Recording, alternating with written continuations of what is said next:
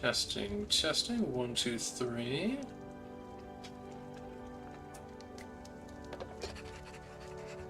Yes, no? Is it working? Alright, there we go.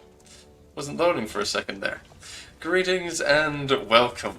I am Joffrey, and today I wish to properly dig into, on stream, Ordsun in Anbennar for Victoria 3. A country which, like all other dwarves, is in a rather rough state. All the dwarves, even the ones that win, quote-unquote, are in a bit of a rough spot. And arguably, the strongest dwarf is a subject of the Jad, which is not that great of a place to be honest.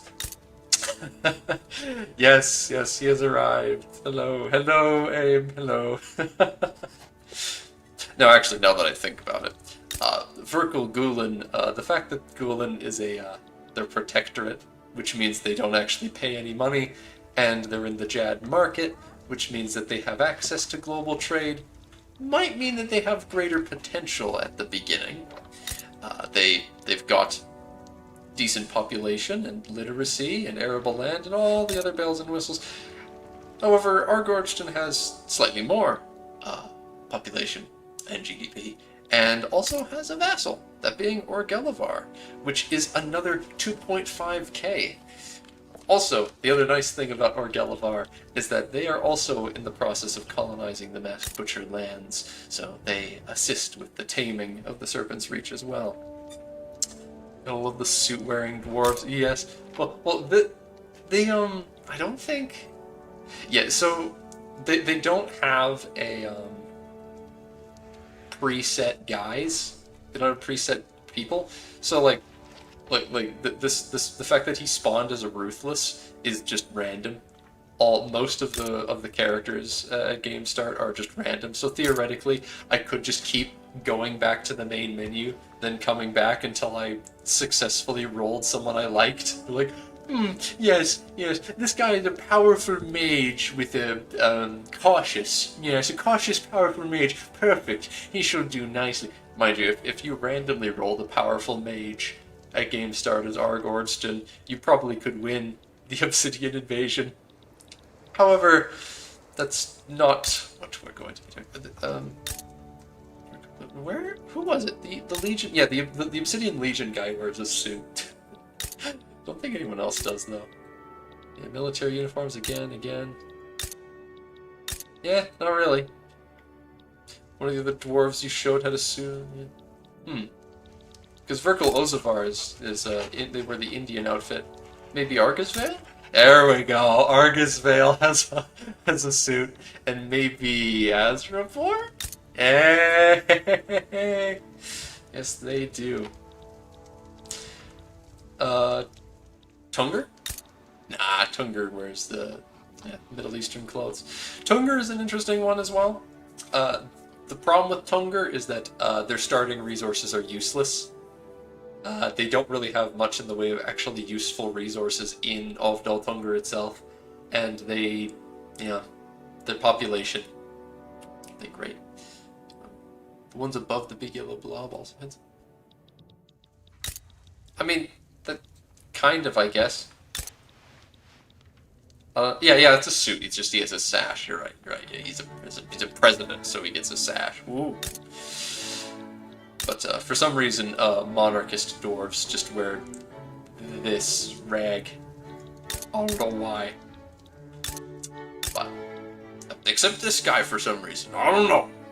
But regardless, let us get into the game as Ordsun, where we shall immediately, before anything else, before we even think about picking our research, starting construction, choosing what spells we're casting, anything like that, we're gonna peace out of this war. We are going to instantly back off, because, fun fact, we can't take that smoke. We can't. I have tried, and I've tried. I cannot win this war. You have a great army. Ordsun's army is not to be messed with. But the Obsidian Legion, for some reason, is just too strong. You just can't beat them at game start. We need to come back later, and we will win later. However, right now, we need to concede. And the losses, not that bad. The win, if we could win this war, would be amazing. We'd get Thorkel's Skomdir and all the other lands here. It would be an amazing jump start to a glorious, an amazing start to a glorious future as Ordsun. However, it's just not on the cards. What is going to be on the cards, however, is, first of all, we're going to give up the Diamond Argrod, which is not the best. We would prefer to keep it. However, there's not many people there, or industry, or resources. It's a road. You can get the Dwavarod market price impact. I didn't remember it did that. It's actually very good. But the extra resources, you get some cave coral for wood and serpent bloom, but nothing's built here other than a single Dwavarod building itself. So you get an infrastructure boosting building in a place with no infrastructure yet built, and 200k pops. I think they're all working in subsistence farms. Yeah, they're all just working in subsistence farms, really. So, oh, darn it, it's doing this thing now. No! There we go. So, what we will be doing is making peace. They'll take the Argrod. They'll also spend ages. They'll spend a decent amount of time, that is, fighting against Old Jorkad and their vassal. But they will win. And as a result, Gorbarad will take the Argrod Junction, and the Obsidian Legion will conquer all of Ovdal Lodum, which is quite a good position for themselves. They're probably a pretty good starving country, honestly. But that's not what we are doing today. We're going to capitulate.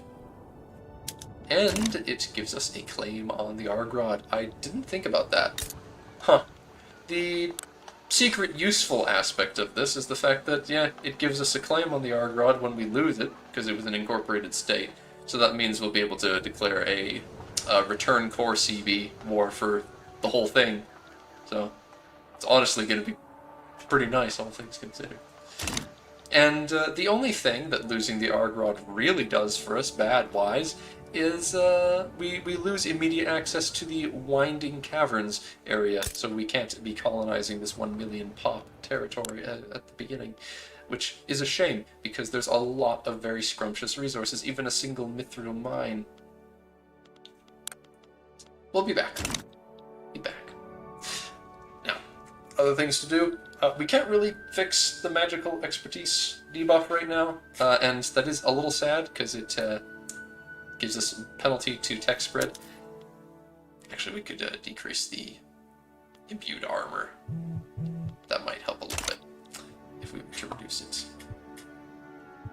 But we will not. Instead, what we're going to do is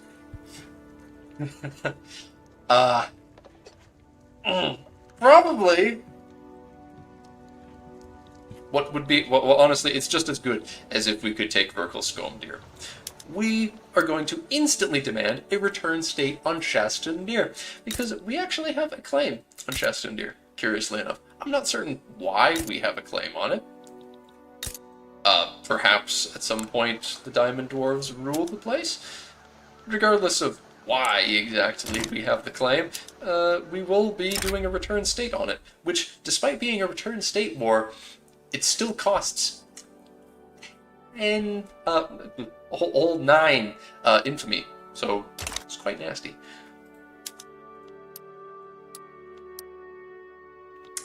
Mind you, we could also just instantly do a protectorate war on the Overclan, and I do think there's a good chance we will do that, because, well, actually, okay. I've done test runs of this before, and the potential problem that rises from protectorating the Overclan is that if you do so, the Jad has a scripted war to attack them. So you will by scripted effect have the Jad attack you, indirectly through your subject, which is a little awkward. But at the same time, if you protectorate the overclan, it's a very strong boost to your market because you have access to all of the sea stuff. And it is shockingly very difficult to get, because what I did, and I might still do here, is what I might do is return core on Shastundir, just take Shastundir for myself. I need that extra land for myself, and then just puppet the overclan. But what I did was I conquered Megarius and the Akatbahar, which is a very lovely logging industry location. Problem being that the place is full to bursting with Bahari goblins, and as a result, not the most tolerated place. We don't really like the goblins, I'm gonna be honest. They're all on violent hostility, so we want to get rid of all the goblins, and that means that they will revolt, and they revolted against me in my test games quite a lot. So, potentially, if you instead protectorate them, you're able to make better use of the land via it just being held by a subject. And the problem with it is that you don't have a navy, mind you, but it's probably for the best. Also, it would take less infamy overall. The 30 infamy is the 30 infamy once is significantly less than taking 10 infamy. And another like 20. I think it's like 20 for this one. No, it's only 13. Unrecognized power. It's not actually that much.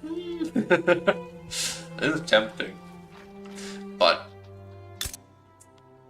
in the end, as tempting as it is to just conquer all the land myself, I am simply too aware of the fact that the people will be incredibly unhappy. The only thing that yeah. Also, the other problem is that the place is it's homeland to all of these people, and although we've seen there's a dev diary for Vicky 3 that's explained that in future versions of Vicky 3 you'll actually be able to assimilate people in their own homelands. You can assimilate people in the homeland states if you use the edict for enforcing national values, I think it is, which would mean that as a dwarf you could assimilate and religiously convert people, you know, all of these people here. There's just Bahari and Bahari Goblin. You assimilate the harpies, though. So seeing this as funny. Okay, alright. You did an overclan game? Well, let's make it a poll. Do we subjugate? Oh. No, I don't need a title. The Fate of Bahar. Fate of Bahar. Do we subjugate? Or do we conquer?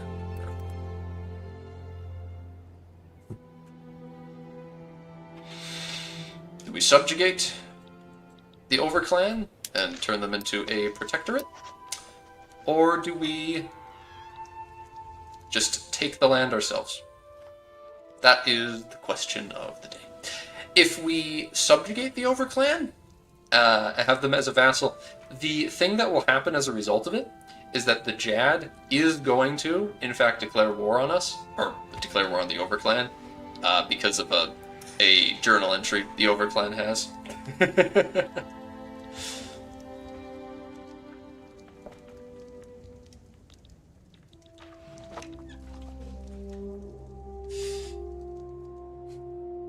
But in the meantime, while that is being decided, we'll go to research, and while it is definitely useful, the atmospheric engine is a very lovely. Wait, gem mines, yeah. It does in fact make our gem mines better as well. Oh, minting goes up to yes, of course, gold minting. It's very nice, very nice. However, there's so many other techs we want. And the most important one of these techs is currency standards, because we really, really need per capita taxation. That is going to be the biggest boost to our early game income. We need that. Then we can go to atmospheric engine, I think. Mind you, stock exchange and corporate charters are also very important. 17 years to get to corporate charters is rough. Ugh. I want it now, because we have a unique guild. We have a unique company that I really want to get. So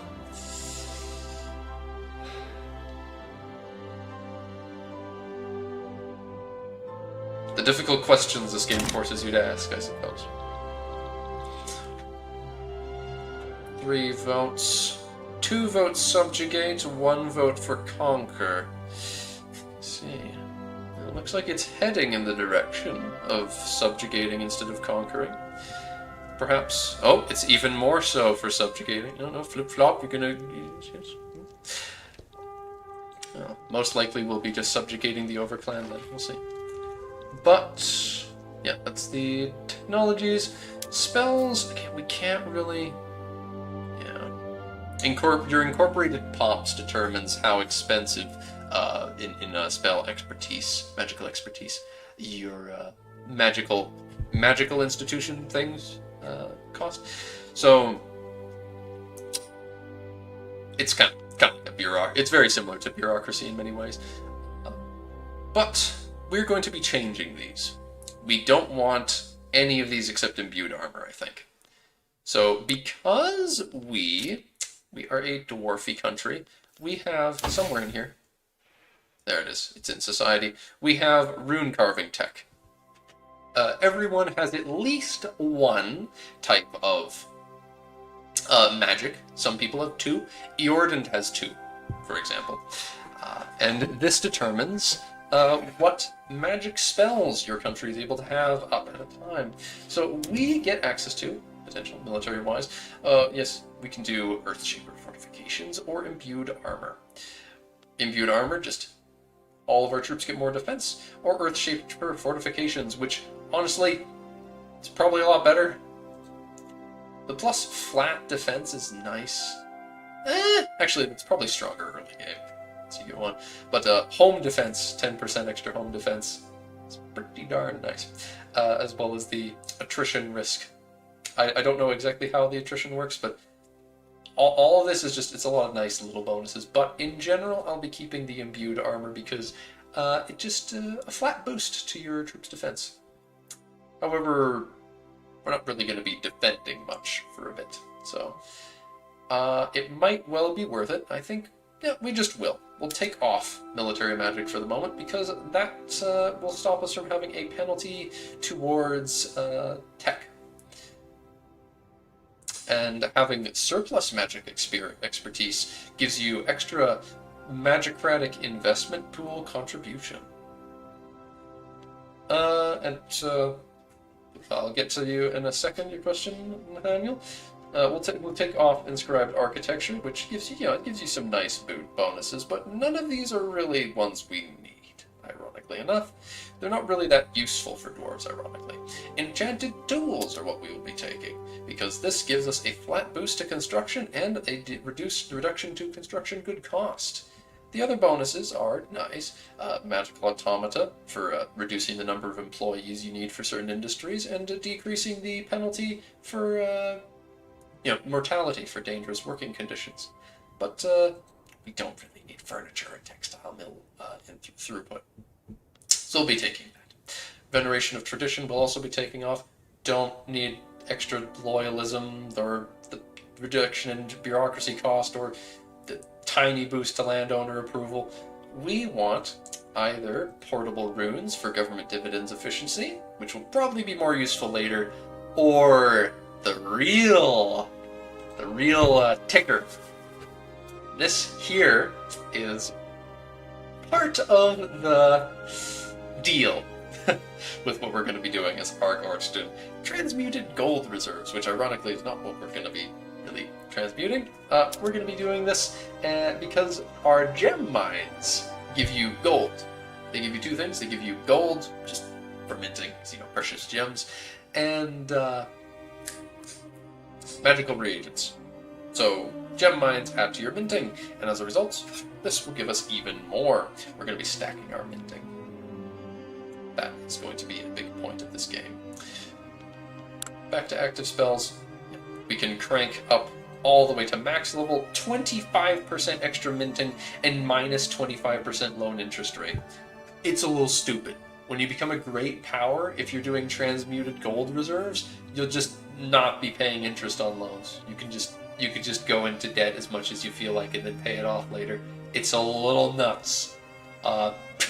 0 interest rate. Here we come. So, the deal with the Diamond Dwarves. You just missed us capitulating to the Obsidian Legion, because at game start, the Obsidian Legion is rising up in Verkal Skomdir. They very rudely kicked our beloved Flint Dwarves out.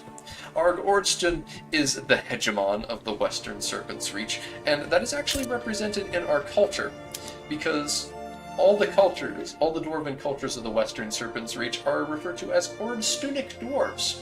This means that the ancient remnant is something that makes us somewhat stand apart.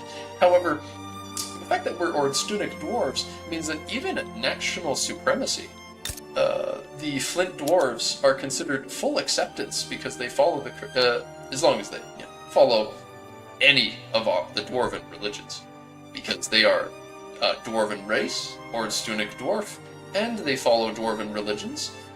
Means that they they're accepted, even with national supremacy.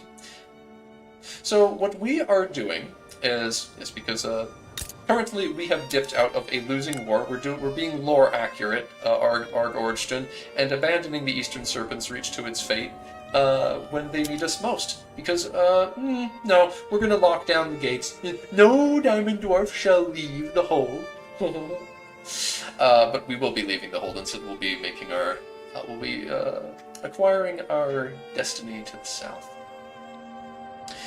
So, what is happening in the east? Yes, the Obsidian Legion and Gorbarad are working together to conquer the Serpent's Reach, and we have dipped out with minimal concessions, and we will be back because, the Obsidian Legion rises up in 1820. Yeah. And they have a lot of buffs. They have, for 10 years, and 20 years, everyone's got some pretty significant buffs. They get minus 75% infamy generation, and plus 10k tax income, and also Obsidian Empire stipends, which is another 10k tax income decaying over 20 years, with landowners just don't exist. It's just the army. It's nuts. As the Obsidian Legion military dictatorship, you can just theoretically just get rid of any power the landowners would have. They are an ethno state as well. They're very funky, and to be honest, I would 100% be playing the Obsidian Legion right now if it wasn't for the fact that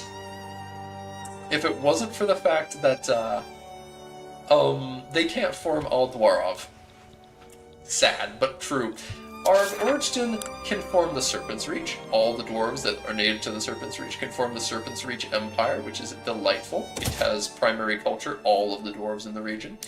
And they have the potential for the Ancient Dream journal entry, which, as long as if you've got pan-nationalism research and are a great power, you start the Ancient Dream journal entry, which is, I haven't done it, but the notion is that it is giving you the ability to work towards forming Aldwarov. And if you manage to unite Aldwarov, it would be a little stupid, because the caves are really good in this spot. The dwarven holds are really good. Alright. So, other things to get started with: colonize masked butcher lands in the Screaming Caverns, improve relations with Gelavar, also improve relations with Gorbarad, because despite us having just been at war, we can potentially get them to choose to unify with us peacefully. Also the jab.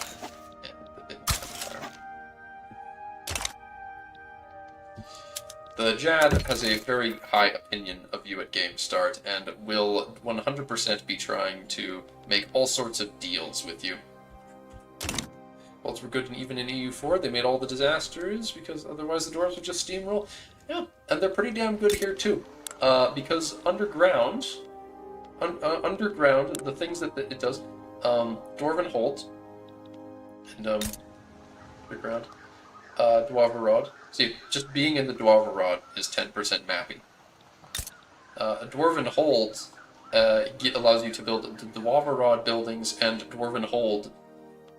So you don't get railways in the Serpent Spine.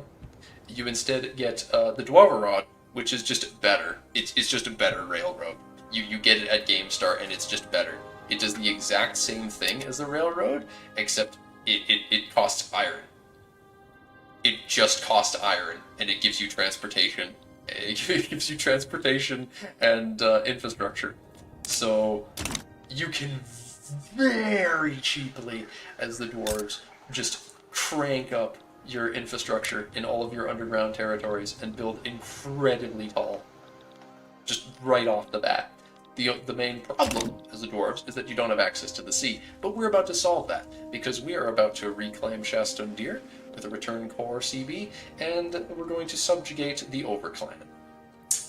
Because it appears that that is where the votes have led us. It seems that people want us to subjugate the Overclan instead of conquering it, and the one tricky thing there is it means we're not going to have a navy, but hey, perhaps it's for the best that we don't get involved in the global colonial affairs and instead focus on what's good and proper, the dwarven realm itself, just letting those goblins run the surface in the meantime.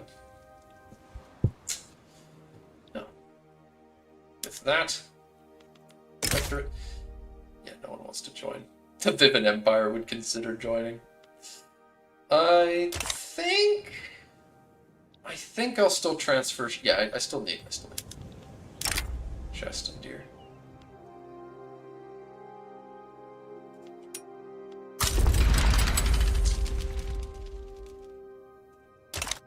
For some reason, anti-hold your CAD lobby. Don't know why that's the case. But the Overclan is so weak, they will probably just surrender this. If we don't add any other war goals, it's just Shastundir, no other primary war goals, they will just surrender this war, no joke. So, unfortunately, we need to add Overclan Protectorate, and I don't want to have to make it a primary war goal.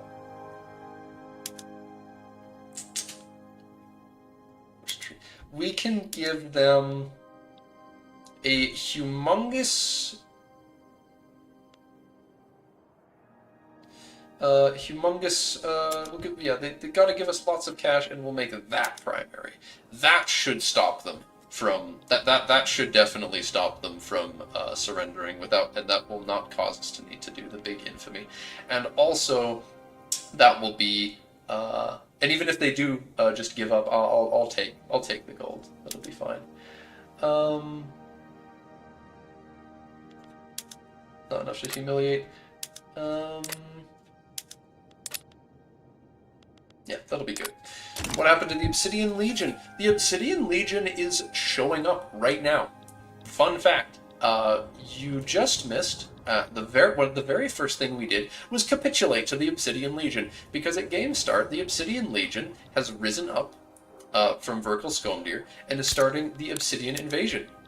Yeah. The Obsidian Legion has just arrived, and at game start, they're at war. It's the Obsidian Legion and Gor Barad versus Arg Ordsun and Hol Jorkad. So the best thing to do as Arg Ordsun is to do the canonical. You do the lore accurate, as we call it, and the poll there as well.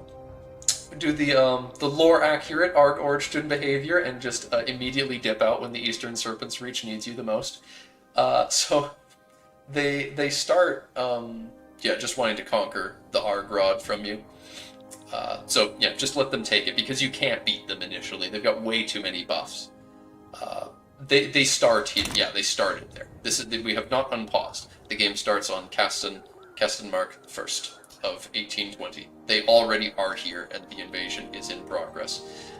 They're basically guaranteed to win.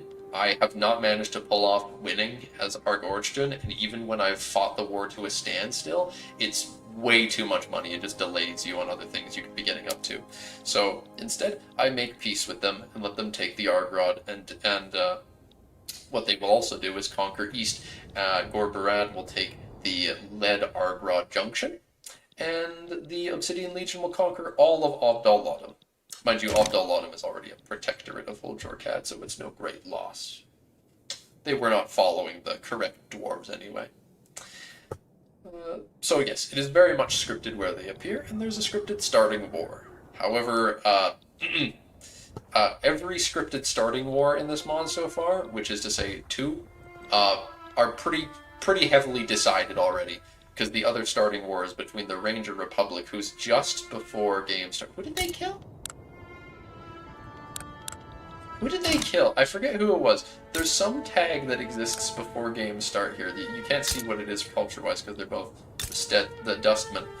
But there was some other tag that existed. Oh, Telemtir! Yeah, they just killed... Yeah, literally the region. The Ranger Republic just... Ebonmoss. Ebonmoss formed into the Ranger Republic, and then they killed Telemtir. And at game start, they're attacking to annex Elithale. And Elithale is quite simply boned. They've got a decent leader. I've seen him actually I think he randomly rolls his stats. I've seen him randomly roll powerful mage, but the problem is Elithale has not enough people at all, and they don't even have their own small arms production, so they literally can't. They quite literally can't compete because the Ranger Republic can make their own weapons, but Elithale can't. Maybe they should set up a game start deal where they're getting goods transferred. I don't know. But the point is, I tried desperately to survive as Elithale because I would love to form Horizon Elf Aelintir, but not really feasible. What is fun though is I've tried playing a Racket Prune, and there's some content based around forming Eorden, which is pretty neat.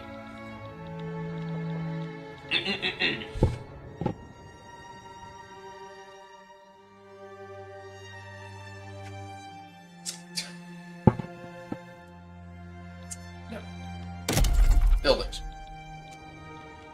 First things first. Bump, bump. We need at least a couple more. Construction sectors. We got the right... Yeah. There is a magical construction production method on construction sectors. You choose whether you use any magic at all, or you can have some fabrication spells, or at the highest tier, use stuff like mithril and just tons of magical reagents. Alchemy alloys. This is going to be fantastic because we have all, we've got all the magic. We have all the flawless metal. And also gems count as magical reagents, so you can get ridiculously good value out of Mimic Precursor Steel. Mind you, trade buildings are fine too.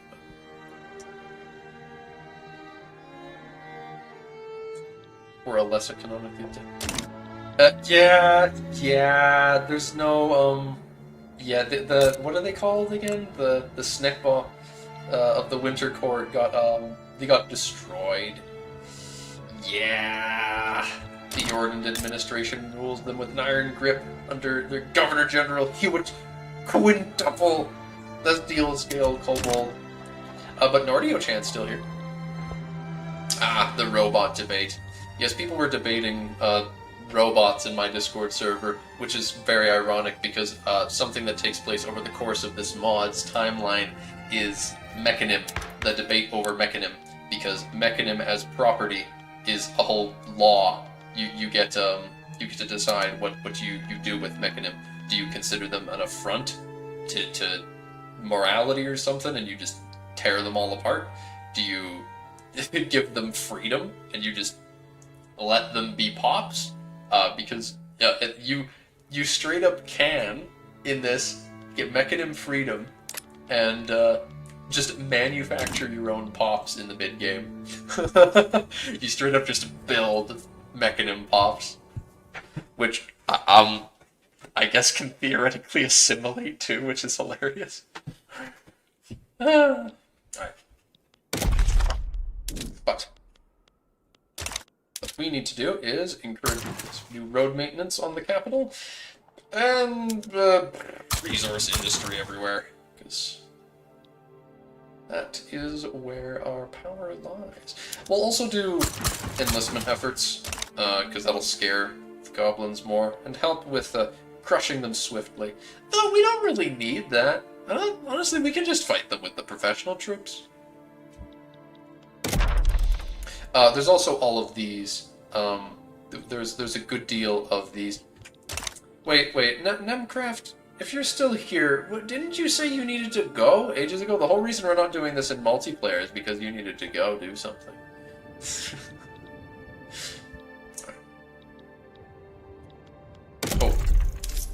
Taxes. Taxes go up. Oh, yeah. I always forget that opium. You get opium from the Dwaravar. It's so goofy in the best way. Yeah, let's double our construction. And also, it will be cave coral after that. Crank up all the Argords to cave coral, and yeah, we'll go from there.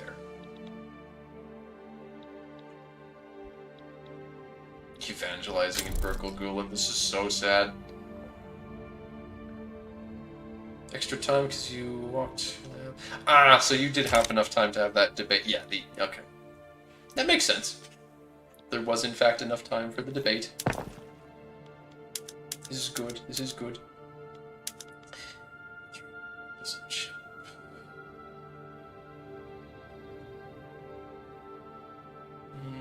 Don't need to use that yet.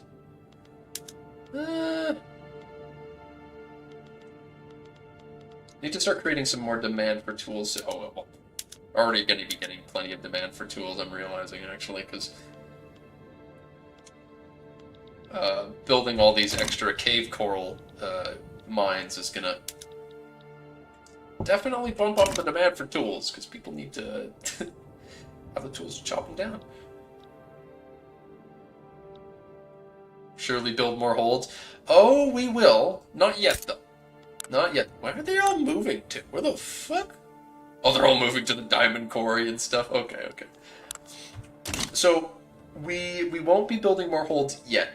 There's something specific in production you need for that. You need elemental elicitation that gives you extra hold depth. However, I think that the Obsidian Legion has a journal entry that lets them delve Verkal Skomdir deeper. I don't know for sure how it works, but I think they get to do it earlier. I don't understand, mind you, what the difference between these is. You've got this so with Dwarven holds, you get a production method for light industry, heavy industry, and urban industrial. So I don't know what these mean. I don't know what heavy industry is, but I do know, I am well aware of what universities, government administrations, and infrastructure are, though.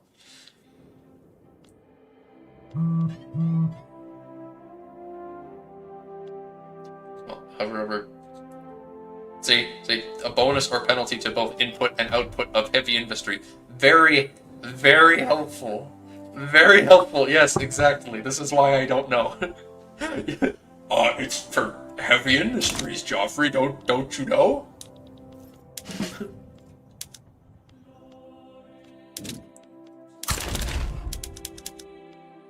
Actually, turns out we might need to raise conscripts after all. The advantage on the front line's a little less strong than I thought, so...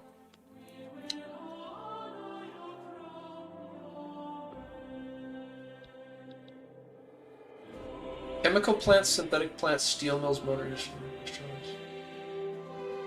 Okay, okay. I'll keep it at light industry then. Let's do one and see what progress.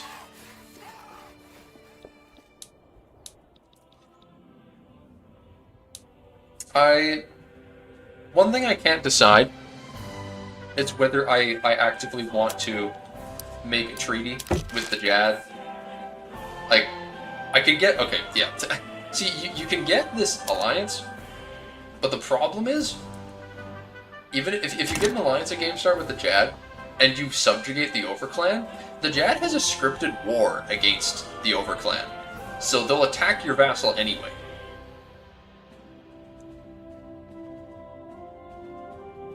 The scripted war specifically happens because the king of the Overclan is a sham. He's being ruled by Rebellion technocrats. So there's a journal entry that causes after a while the Overclan gets cooed by the Rebellions, and then the Jad are like, well, damn, I guess they're heretics. So then they go and attack. Hello, Merlino. Hello, hello, hello. Greetings and welcome. It's going well. It is going well. How about yourself? We have just yeah, we're just getting started here. Surrendering the Arg Rod to the Obsidian Legion. Just let them have the Arg Rod and abandon the Eastern Serpents reach to their fate. We'll come back when we are stronger and show them what for. And at the current, okay, apparently broken supply line versus broken supply line. Well, this is great.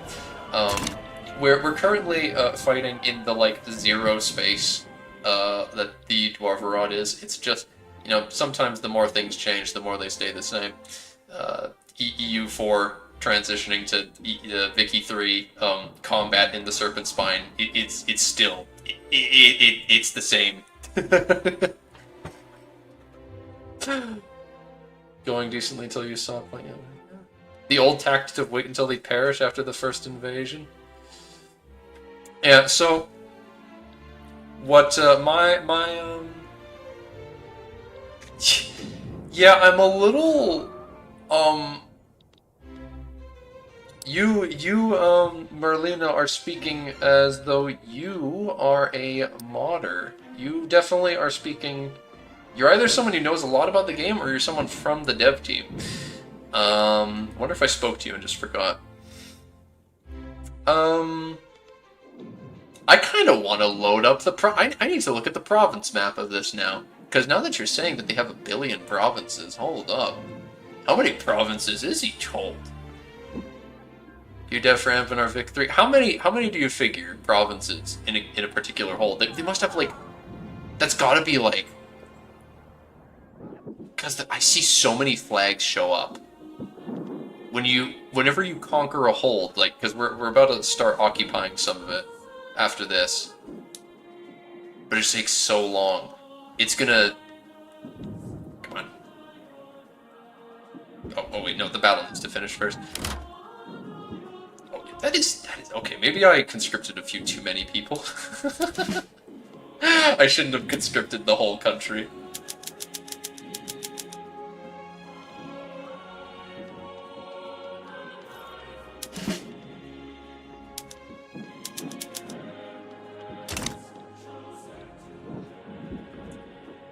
Not 1 billion to 20.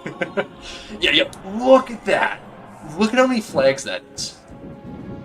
That is so many flags. That is 40. There's probably 40 provinces just in Shastundir. I can't imagine. What? Give me rapid advance, please. Makes me think, damn, I should have just conscripted up a ton of cavalry to get rapid advance. Imagine evading Amaldir. I played it as Amaldir, actually. I haven't needed to invade it, but I've started there, and I quite enjoy it. If you'd like, I'm going to be doing this for a while. Would you like to hop in a call? If you feel like hanging out for a while and talking about stuff, I wouldn't mind. So if you feel like being on stream, I I am someone who I mod. I mod as well, so it's always a pleasure to get a modder's perspective, especially the person who's making the darn thing. One of the folks who's making the darn thing.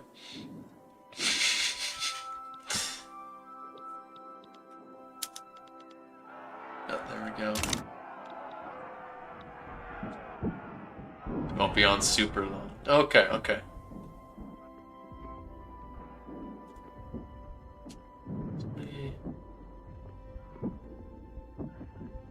Where do you want to go then?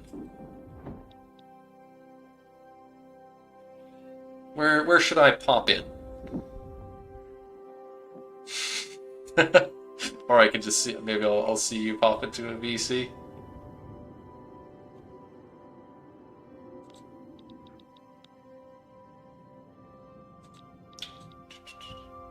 Oh, my server. Oh. Oh. Well, in that case...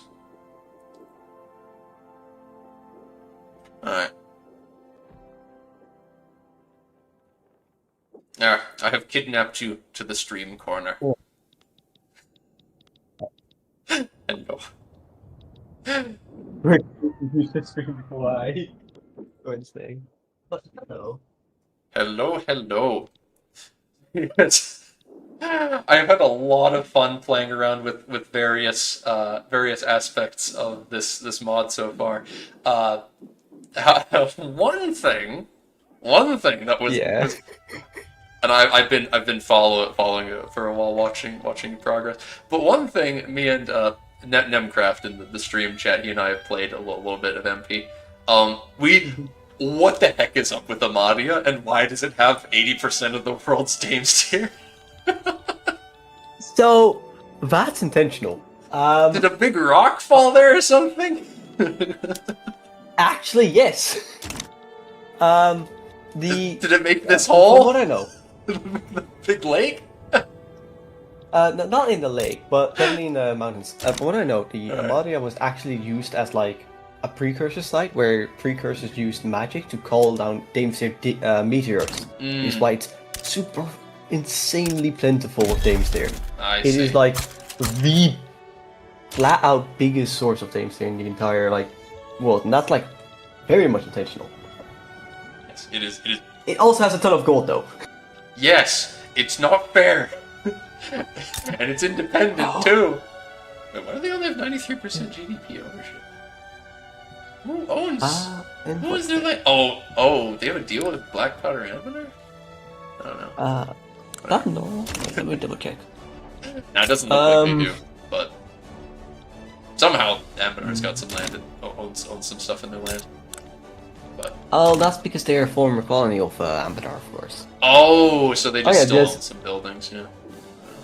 Yeah, it's the CLSCC who owns a couple sugar plantations and such. That Nothing makes super sense. important. Speaking of Anbennar,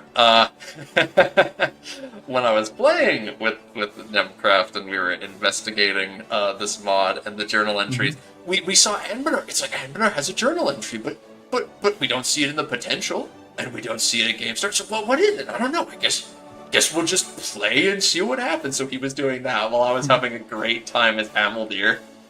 I was having a wonderful time as Amaldir, and then suddenly he's like, wait, what? What? Why is Asmaria getting free? This whole country started disintegrating. Because y'all gave them the EIC, the EIC thing from vanilla where they did not have turmoil. But he was reclaiming all of the former Anbennar land. So he was having ton of no. radicals. Because he didn't know. Honestly. Honestly, that's so great. At first, I was like, okay, well, that's clearly a bug we need to fix, but if that's like that's like your reaction while playing, and it's like, oh shit, Magnum just suddenly pops up, and you suddenly get so surprised that Yeah. Well, what you can do, is just because like the main reason it was a surprise is it's purely because it didn't show up in the potential. It didn't show up in the Yeah. potential list. So we knew it had one, because it said it had one, but we didn't know what it was. And then it showed up when you got nationalism, and then it was instantly from 0, like, everything's fine. I'm reclaiming all of the Anbennarian lands, and yeah, Nemcraft is saying in stream chat, didn't think it would actually happen. 0 to suddenly, Maria is about to become a vassal now. And then Wex, and Gibbard. No, if I... Yeah, so that's just something of, like, the potentials. Obviously, like, that's generally not intended. Oh, that's like But the can worst we- case scenario? Not necessarily worst case scenario. Because I've seen worse. Uh, I did an observer game and I saw what the worst case scenario is. Oh yeah, no, I believe it's the worst case scenario is like... Well, it's literally a total collapse. It's like Yes. Amber cost breaking free, etc., etc. I saw as an observer game. I say observer game. I was playing Ordsun as a test game before this, and BA, as I call them, BA got That's a cooed. very fair name. They got cooed by the oligarchs, and so the nobles got back in charge, and it became Empire of Anbennar again. And then everyone started breaking free, and you got Arboran and Dame's Crown, everyone, Vern, Pearl's Edge, and then finally it was just Anbencost. But it was funny because Anbencost had some colonies still. Yeah. And, like, I'll be real. This is something where, like, experience at the first. I've never seen, like, Anbennar, like, becoming an empire, but, like, that is... So sometimes that stuff like that happening is such great storytelling. Like, that's, like, an ideal case of, oh, it becomes an empire, and then you get, like, a massive, like, revolts happening. I'm not sure what you mean specifically by you've never... Are you talking about, like, real history, or something like... No, you're just playing the mod, not seeing Anbennar Oh. becoming a monarchy. I see it happen now in the EU4 with the rework to the newest version of the Empire reforms sometimes, or rather forms for the first time properly. True. Like, What? EU4 has done, like, fantastic work, like, revitalizing it. Yeah, it's a lot more interesting and unique now. Yeah, than because yeah, initially it was just at the HRE, which is fine. It's such a shame that there's no ability in EU4 to have just multiple HRE instances or to make a custom one and then have them both. So that, but hey, it led to the Raj being made, which is pretty interesting. Oh dear. Look, I think there's, like, a good subset of devs who are, like, fiending over EU5 purely because you can have multiple, like, HREs. Yeah. Yeah. I'm one of the many people that on my server here we're doing world building stuff for our own planned mod because everyone wants to try and replicate Anbennar's success, you know. I'm no different. And yeah, I've already got plans for the, like, 2 different IOs inside the HRE kind of thing. You know how it is. Look, You gotta break it up even more. ooh. Should be even less functional. Yeah. I mean, I heard that partitions, like, when I saw that partition's gonna be a thing, it's like, oh, gotta take advantage of that and make some places that are just really hard to get off the ground. So. But I heard that Anbennar is gonna be able to because of it's so much more modular because EU5 is along the it's around the same size. Mind you, Vic is also really small. There's also a lot of really small tiles in Vic, so you can, if it wasn't for the fact that Anbennar is united here, you'd be technically able to have some incredibly small states here, but they're all gone. Technically. So.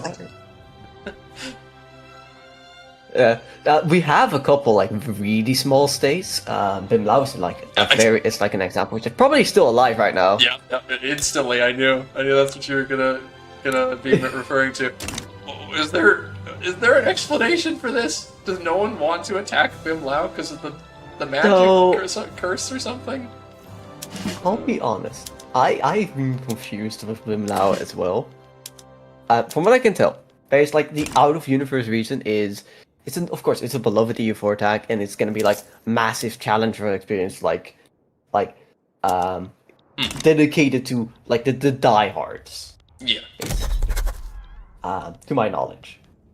And the in-universe reasons, I think it has to do with the rending, and with the fact that Bimlau is pretty well defended as a city, because of like magic. Yeah. There's a problem though, which is, because this is in Vic, they are just starving to death. Of course they are. Of course they are. This is, however, not the best, nowhere near the worst case scenario for starving I've seen. Cobblestone used to be one state, and there used to be a lot more kobolds. Until we found out that they were starving for, I believe, literally like 10 years of gameplay. They would be starving before they reach an equilibrium with population. Probably for the best that you put them in the market apparatus, as sad as it is. Because that means they can actually buy food. Yeah. We fixed it by giving them a lot more arable land, of course, and, you know, the market apparatus, and reducing pops. 100. What the heck is NOK currency? What the? Let me Google that real quick. 1,000. Oh, it's Norwegian. Norwegian? What? It's the Norwegian krone. Norwegian krone? Or corn, sorry. Norwegian. I have no idea how much that is. but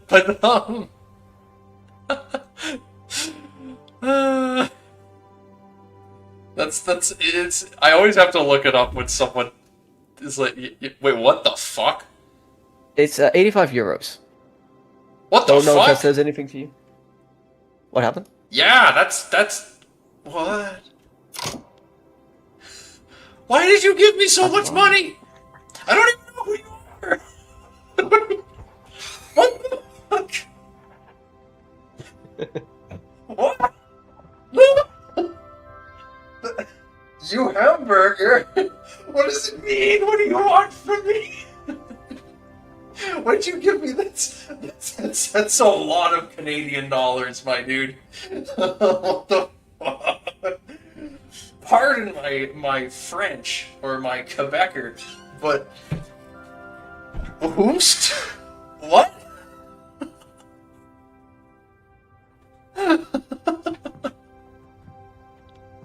What? What? Play the game, mayhaps? Yeah, I'll play the game. I'll play the game. Yeah. Oh boy. Yeah. I'll play the game. Yeah. I think I know what this means for you. You clearly need to build a massive food industry. For hamburger? I must. Yeah.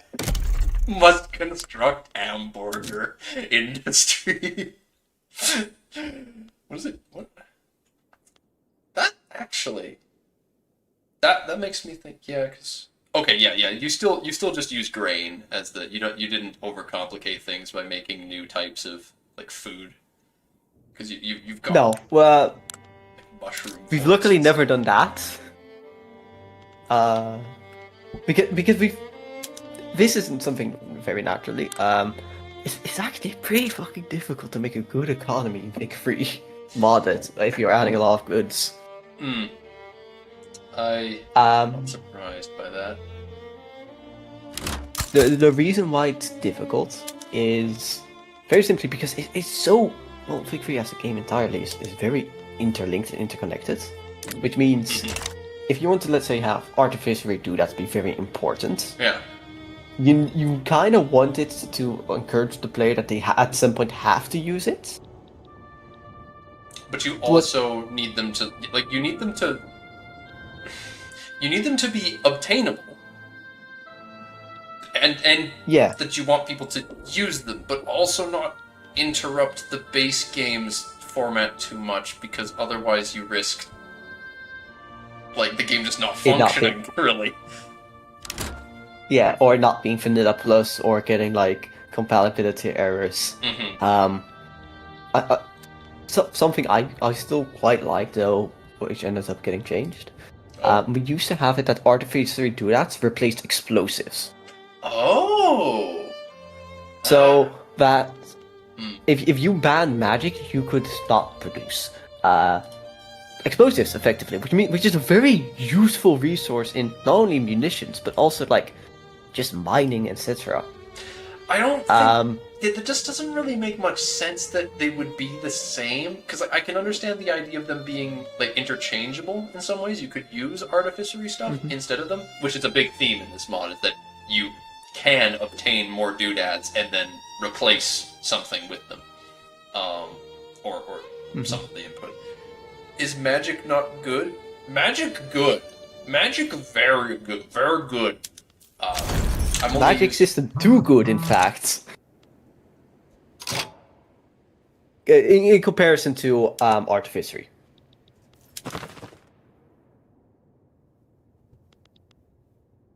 Why didn't it subjugate them? What? What happened? It didn't subjugate the Overclan. The war. Wait. Magic is good, but what the heck? What the heck is going on here? I need to go back and look at this. What did I do wrong here? Yeah, magic's very good. What? Where'd my... Oh, they became too powerful! Oh, so it wasted all of that infamy. Oh! That's so fucking rough. That's really rough. I should have just conquered them.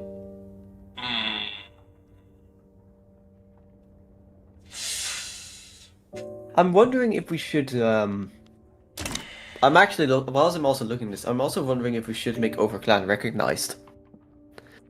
With the main reason being that Jazz is also recognized now. So I'm wondering... It's useful sometimes watching stream to like figure out, hey, is there something weird going on?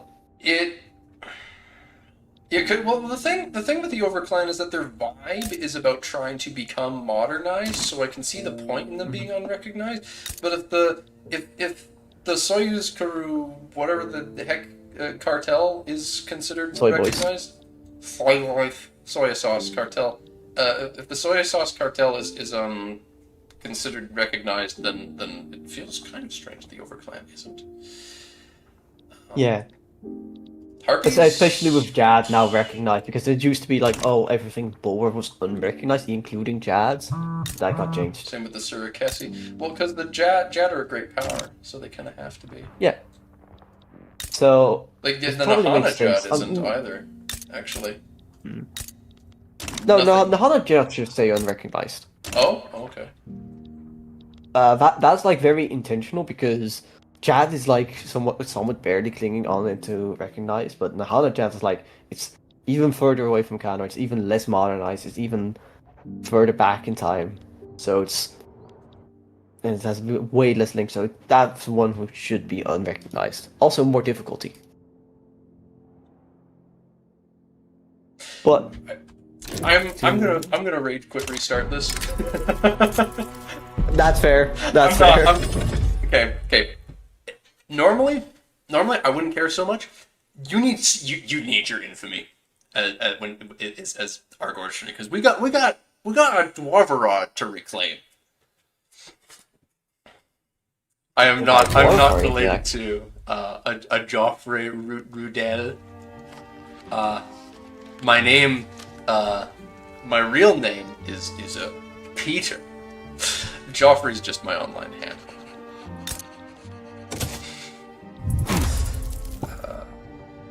The name, it's because of my second OC. My second OC I ever made. It was Joffrey the Pardoner, and so Pardoner Joffrey is my YouTube thing. Though, many people in my community refer to me affectionately as the Bald Emperor, which has been a great temptation to not change my YouTube name to, because that's hilarious.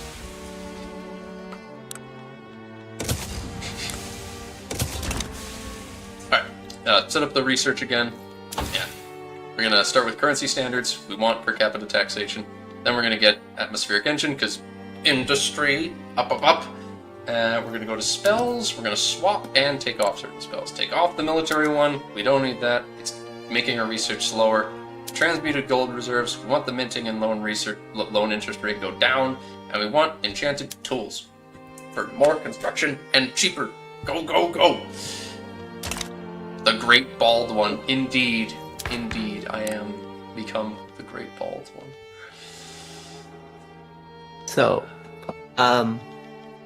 to go back earlier with Duelats and explosives. Yes. It was originally because it was to show like how integral artificery and magic is to the setting as well.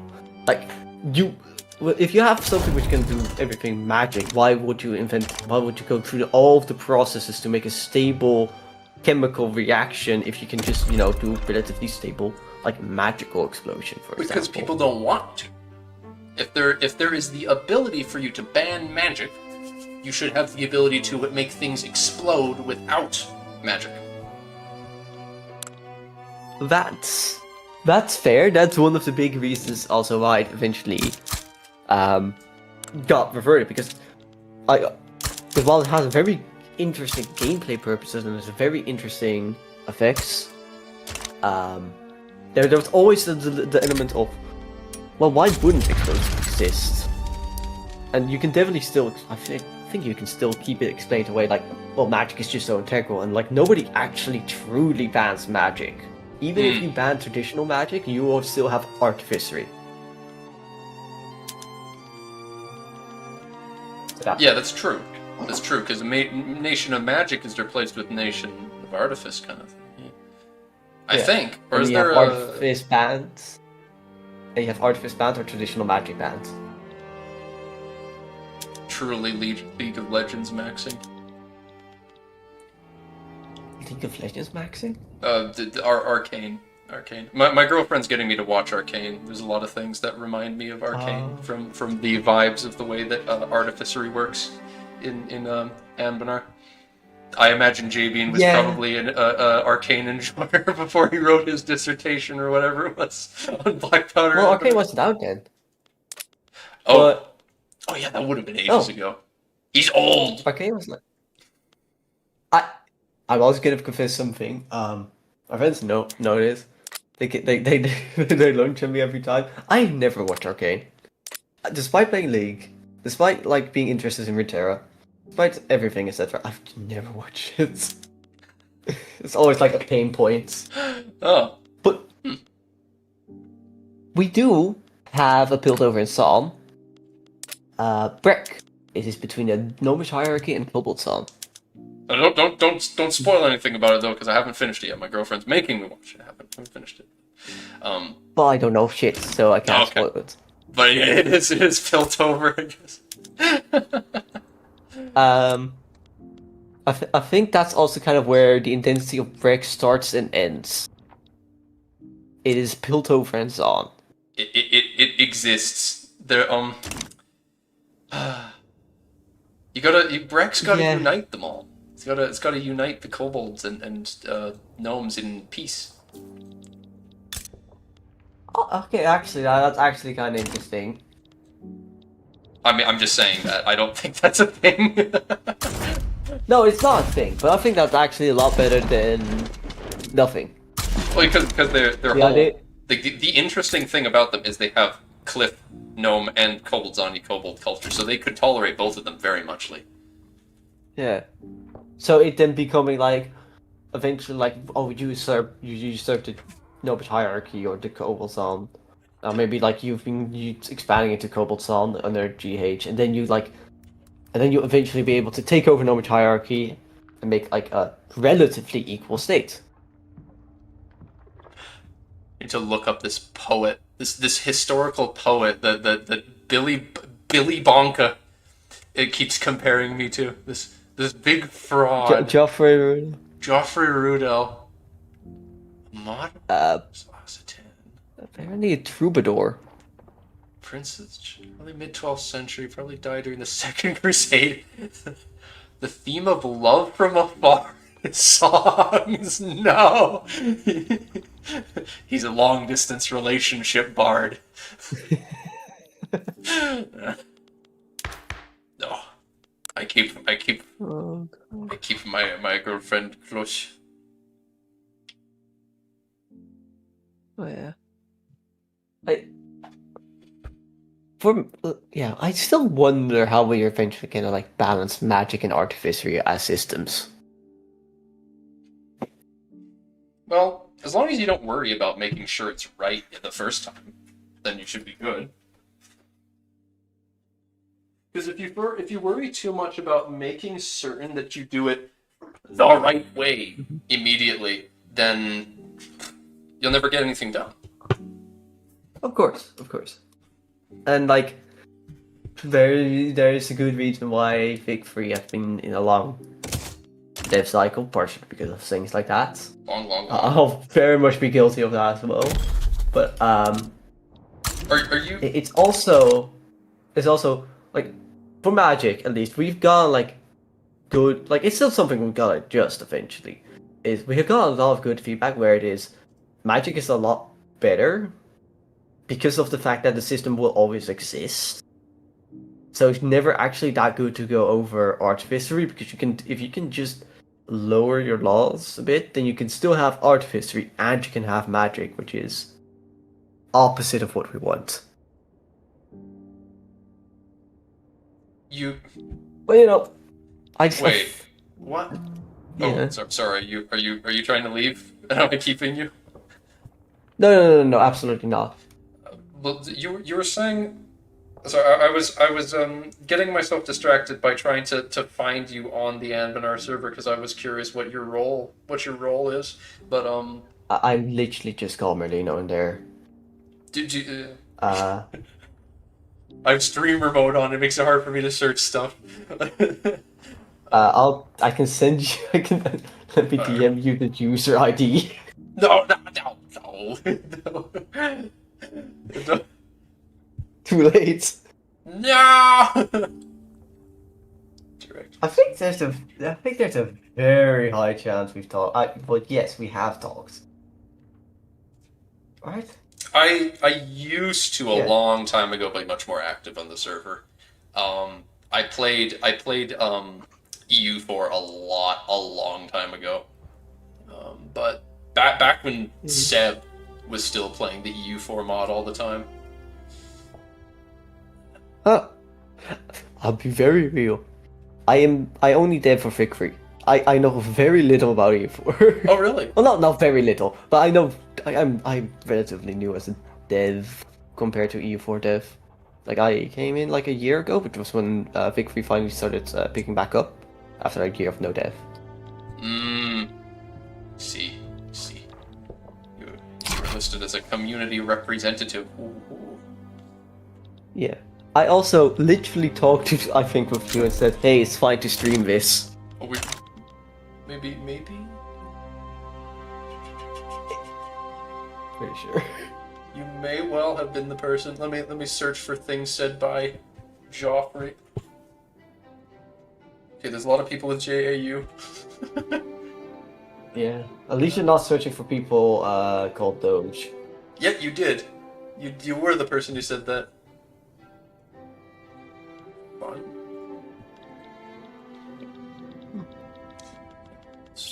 Text friends. Oh.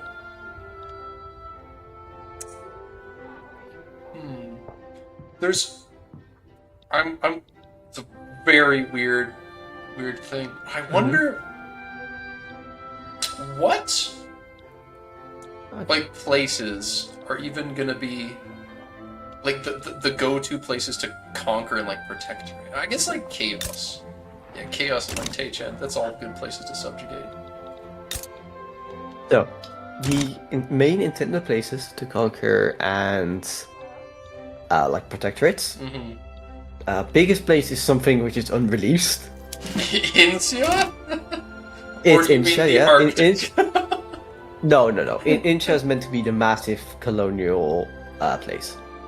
Ah, and that's why. So then there's the focus on Incian tech. I see. Because then you reverse engineer it to make your own mechanism and stuff. Because people go there. And also to that.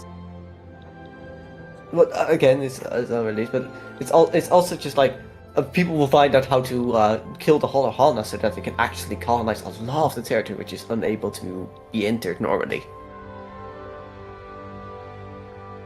Other than that, Starhole is a decent place for like conquest, and Asia's Asia. Chaos is I think I don't know. Okay, Asia here very very different. Because most of it, except like the deep inland stuff, is conquered already. Jad, the Rose Crown, you've got the Buzalar, the market apparatus. It's all here. Like you can unite Yanshen, sure. Okay, no, I guess there's plenty of stuff to actually subjugate around here. But like Baihon Jin's also even. Oh, I thought Baihon Jin was a tributary or something. Never mind. No, they're very much meant to be independent. Like, I believe one of the big themes which came up with was eventually like more of a Thailand situation.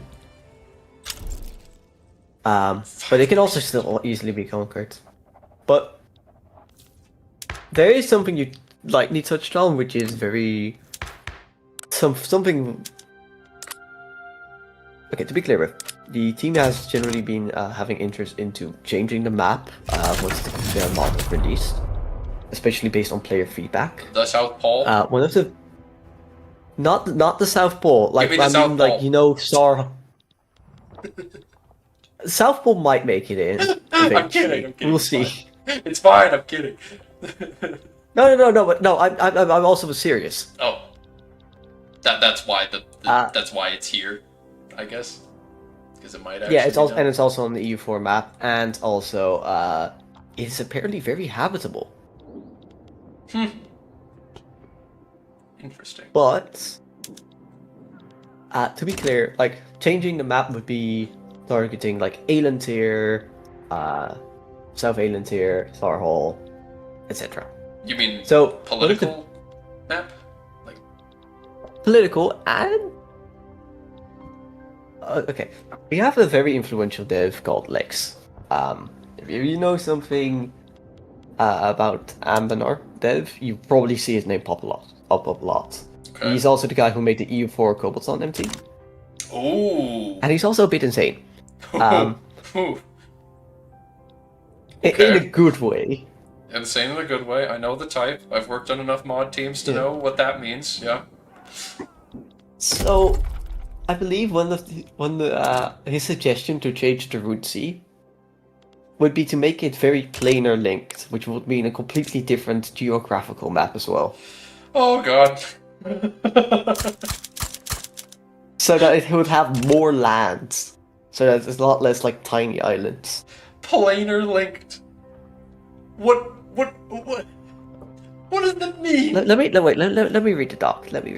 You're not referring to like the mod for EU4 that adds the serpent depths and the plane of shadow and stuff, right?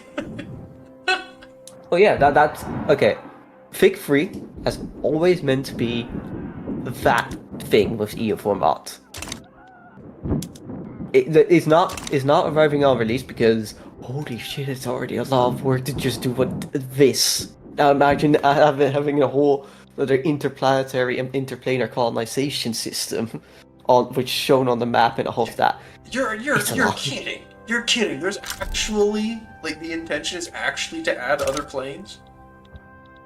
Yes. The Obsidian Empire is theoretically going to be on the map at some point. Yes. Bruh.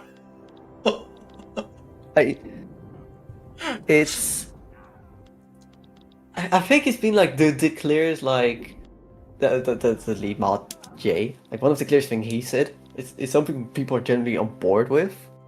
That's There's wild. one or two skeptics which are like, I don't think this will ever actually come out, but it's very much intended. I do think it will actually come out. I don't think it will be out in like a couple months. I think it will take longer than that, but That's just so whack. Jeez. Like okay. Yeah. There's the Go okay, on. you don't know the mod I'm talking about, like the sub mod for EU4, because you don't really play, right? So you don't know like the EU4 mod I'm talking about, where it adds like the Fey, Wild, and Shadow Realm stuff and Serpent Depths. I do generally know some things about it. Because it be precisely because it touches adds other planes and stuff. Mm-hmm. And that's kind of why I've been keeping an eye on it. I'm not sure it was like inspired by somebody, but I think it was inspired by Arya sharing the Serpent Depths maps, and with the implication that they will come to Vic Free. Why wouldn't that come my to? knowledge. That's so weird to me that would be something that would be held off from. Is it just a difference in vision for the teams, or what? Held off from what? Well, why isn't it after all this time? Why is that something that's not really thought about for EU4? But Vic, it's like, well, Vic, Vic, you've got the whole map except Insia, which it's not in EU4 yet, so you don't add it. But like, you're even thinking about adding something like that to the Vicky 3 map at some point, when I never see anything talked about like that for EU4. I think there's a couple good explanations for that. Number one, it's partially, I think, to have different games and different timelines have like different themes as well. You don't want to just have, oh, in EU4 you can experience everything you can in Vic 3 fully in like thematically. Yeah. Second, EU4 is using already like quite a lot of like performance budgets from what I know. Adding more map to it, it's just gonna strain it a lot further. And Insia's already huge.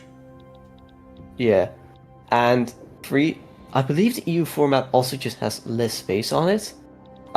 If you've been noticing something, you've probably noticed this either subconsciously or not.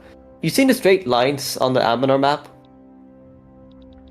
at the edges, like if you zoom out. Well, this one, yeah. Yeah, there's one on the southern bit, and there's one in the north. Yeah, Like, I'm aware of that. Yeah. That is ultimately has like been empty forever, because that's quite literally meant to be space where planes can go and such. Planes and plants can go.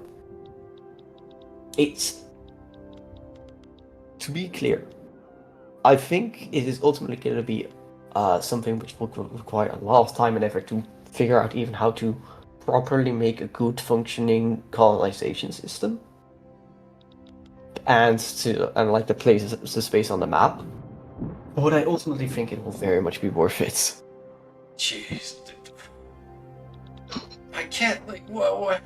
Siren, like, you get Siren Var and the Glade Wardens and stuff go into a different plane, and, like, what? You get the gnomes, the goddamn Jordan administration colonizing into the Feywild? That's so whack! You've also You got the Vivid Empire colonizing into Hell. Where? The Vivid Empire, the Blue Tack Encounter, which is not Nordic, it is colonizing Derevan's Folly. In fact, in there's a direct portal to Hell. There's a direct portal to Hell that the Flame Mark Knolls have. Yes. It's also why everything keeps sinking, and why there's like 1 billion sulfur there. Oh. Go directly to jail. No pass go, just go straight to hell. Oh god, that's a lot of sulfur. Damn, Yeah. That's actually pretty good.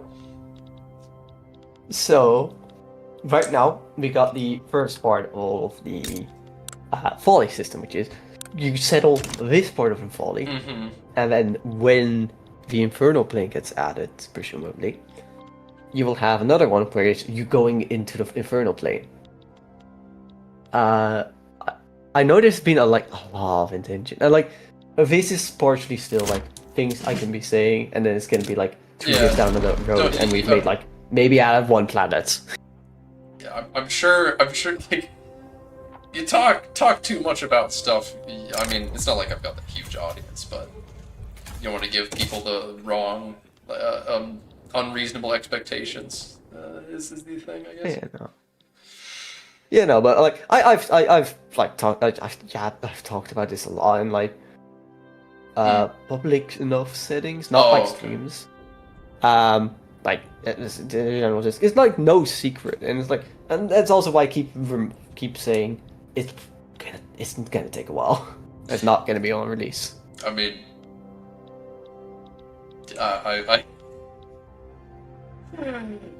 it's a very unsecretive team. Yeah, I know. Yeah, y'all have a very relaxed way of handling things.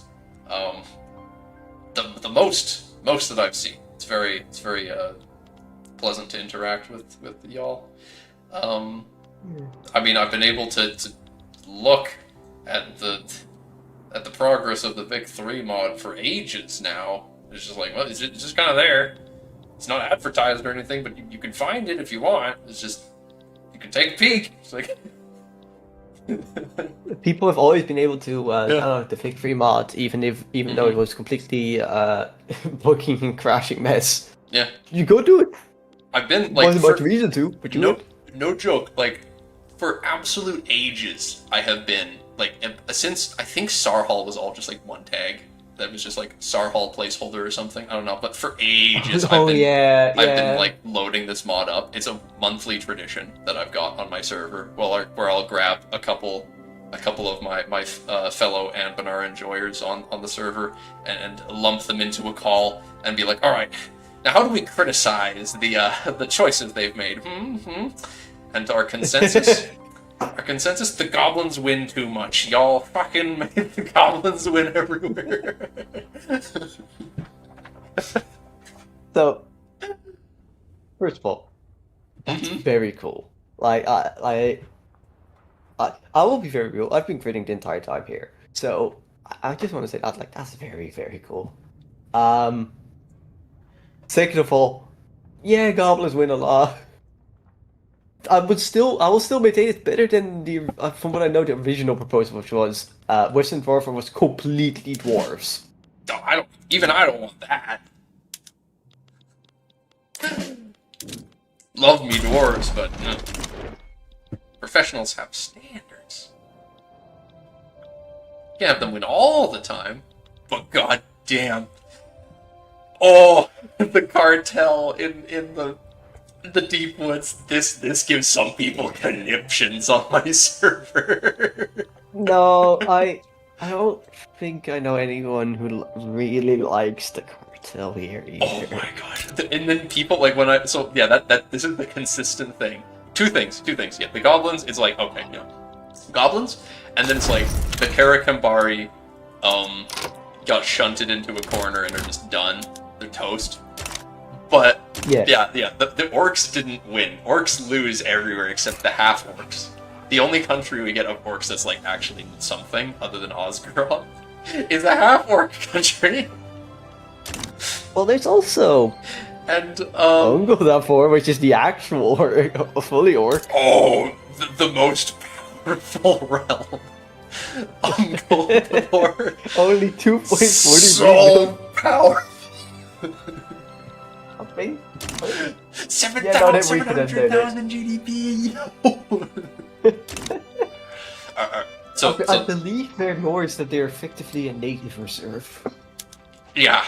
Like that they were set up like that. I mean, they do have a lot of gold. So they do have a good state going for them. That's not bad, yeah. And Dave's here. Okay, you can cook. No access to the world market, but you can still cook. You fix that. Yeah, fix it. Just go through Grombar, easy. No, we have fixed that. What? We sort of. We have introduced. If you look at society tech, there's commercial airships. Oh, that's right. These provide access to the world market. So it is not like very good access. It's a Society Tier 2 commercial airships. If you are able to build the airship tower, which I believe is a decision, then double check. I think I can build it even underground. You can build it. You cannot build it everywhere. You can only build it on surface holds. Oh. No. Yeah, it's a decision. You need to have an incorporated state. It does not have the underground trait. Okay, it needs to be the surface hold. It must not be a split state. And any building is urban center greater level greater than 5. But then you build it like how you built fuck me, I forgot. Apartments. No, apartments. Apartment building. Skyscrapers. The big tower, the skyscraper. Yeah. So, then you build it like that, and then you can build market access and some mapping and some mapping. Yeah. Trade advantage too. Really like my trade advantage. And beyond that, if you cannot wait until tier 2 tech, what you can always do is use diplomacy and chain together. What is it? The transit right treaties. Yeah. Though you would need to find people who like you enough to accept that. Yeah. It's part of why I like Ordsun a lot more than Amaldir, because god damn, how Amaldir, like really, you gonna get a treaty through Drumbar? No, you gotta wait for airships then. But I can see it working out.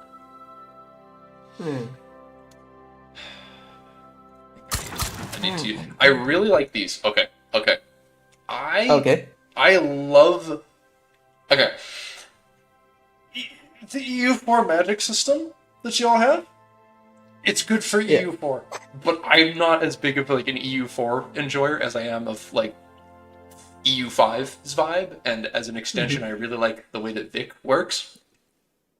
I really enjoy it, and like that's and for Vic, stuff like this magical expertise thing that you spend on spells like this, it works so well as a concept for the game. I love the vibe of it, and you don't need okay, wow, this one song is really loud. This is the main theme. Holy shit. Oh yeah, no, I don't have your. Oh yeah, we have the music. You probably noticed already. Yes. The main theme is in. Yeah, that is a New Dawn.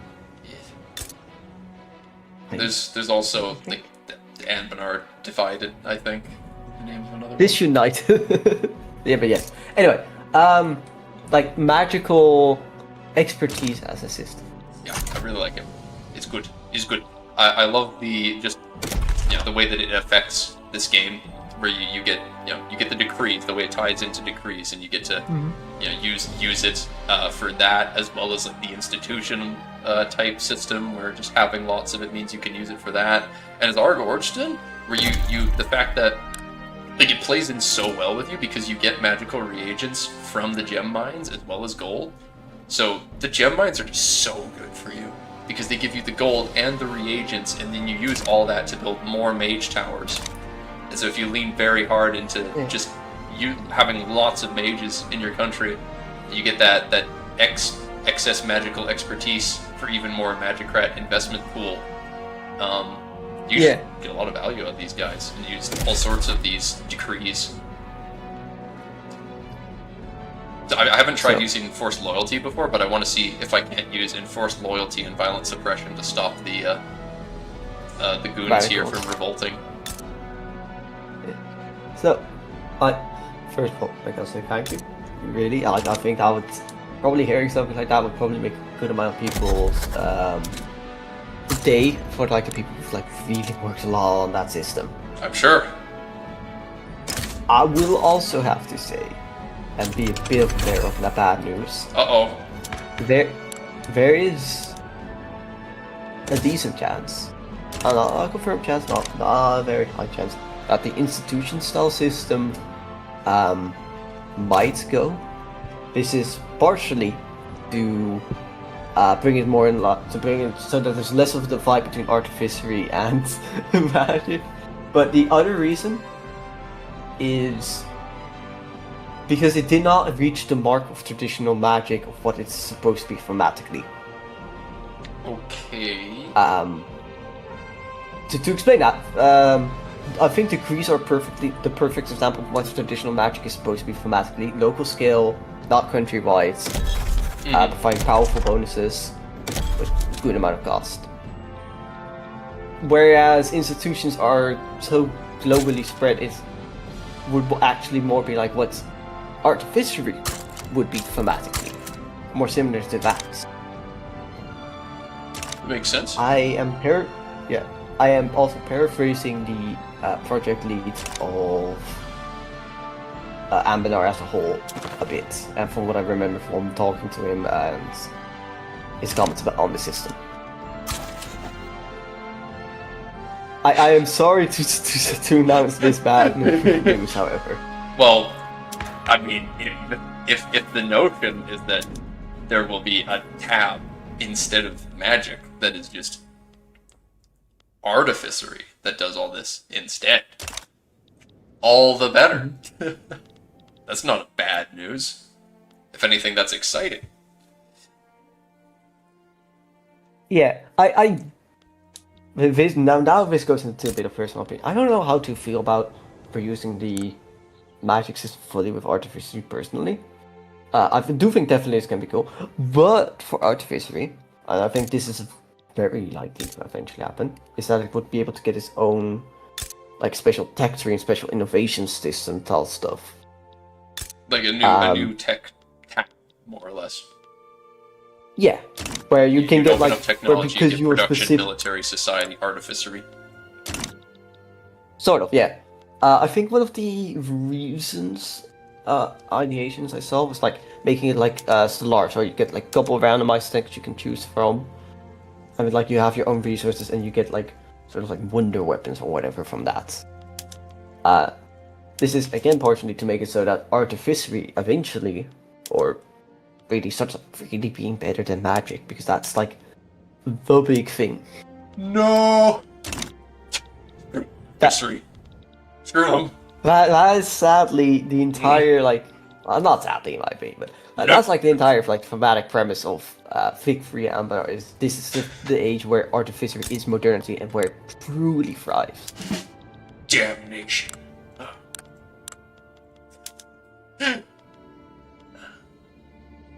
What's the? It's. Oh, yeah, it is this army. Okay, so every time Vicky 3 has this incredibly annoying thing where you'll conquer a region, and you get with the military. You get a boat. You get a goddamn boat. You'll get a frigate, and the boat gets added to the land army. This happens all the time.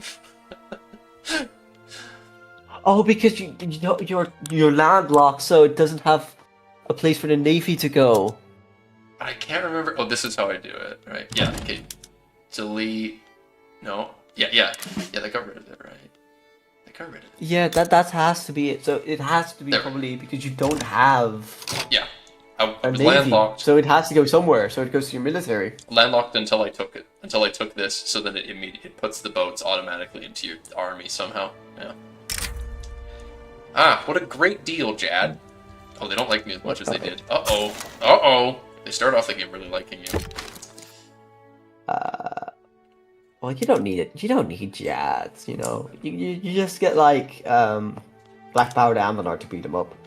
They're gonna or like declare a scripted war on me anyway, because the Overclan is my subject now, so... Oh, that's true, yeah. And the, what is it called again? Facade will eventually break. I don't... Okay, Black Powder Anbennar has so many companies, though. They have just so many companies. They'll buy up all my GDP if I give them investment rights, so I can't do that. Yeah, they start out with 2 companies now, and there's quite a good amount of companies. It's, to be clear, companies has been... So it's definitely been some... Okay. Yeah, bug just happens in Right. vanilla when you So- conquer a state, assigns the wrong stuff. Okay, maybe it's nothing particularly special that caused it to happen. Yeah, that's just a really weird victory bug moments. But yeah, I remember one of the first things I did was like do an initiative for adding companies to the world. This was when companies were way less of importance of a thing, which means it was open to everyone, and it also means we only had like 2 companies for a less. For unique No, companies? no, 1. We only got 1 for the whole for less. As in, like, unique companies, or do you mean, like, what, the Buzalari Haleska? Unique companies. Okay. So, well, okay, Bucelar Hilles Company and Laurentius Hilles Company were added later on. But I believe the one Jeez. company which is still unique is a meme, sort of a meme company, which is a psyop by Onis to make you a Luddite. I think it actually got by removed. the Oni to make you Luddites. Let me actually quickly check the company doc. Let me see if it's still there. Okay. It might have just been removed, and I think that was fair. Because one of the things I asked was for every company to have a bit of lore, so that A, can be put on the wiki, and B, so we can know what it's meant to do.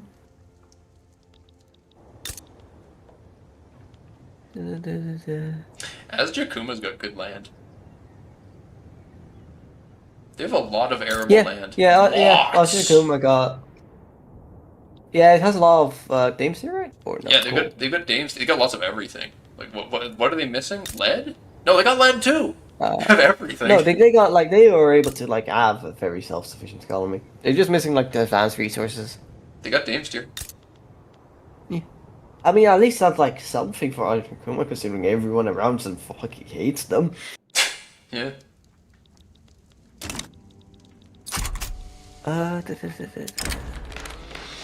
Okay, yeah, no, it's still there. Okay, so Oh, it's a company called Concerned Citizens for Greener Helles. It's only available if you have your capital in Helles and you have industry bans. The lore is, while outwardly a non-governmental organization run by freethinkers, wary of the perils of industry and the chaos it could bring to the world, the company is in fact a front group run from within the Demon Hills by the Oni as an indirect means of slowing or even reversing the progress of their neighbors for some unknown end. Claiming the mantle of the champion of the peasantry, agreeing to their stipulations or industrial limitations can allow vast amount of untraced capital to flow into a nation. It is literally a psyop company.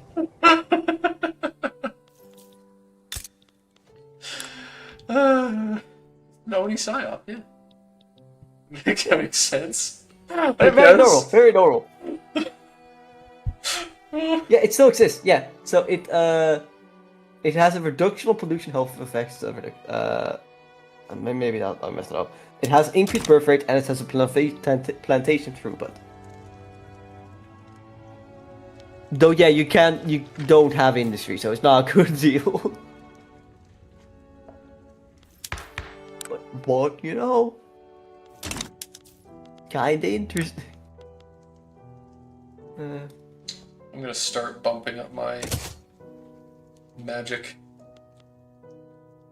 investments. Yeah, magic is like, Because you know, people are gonna at least enjoy the wait, does oh yeah, Amadi has access to the +5 minting, -5% loan interest rate spell. yeah, Magister. The People are Magister. definitely gonna enjoy that. Yeah. Yeah. For the same reason that our Ordsun does.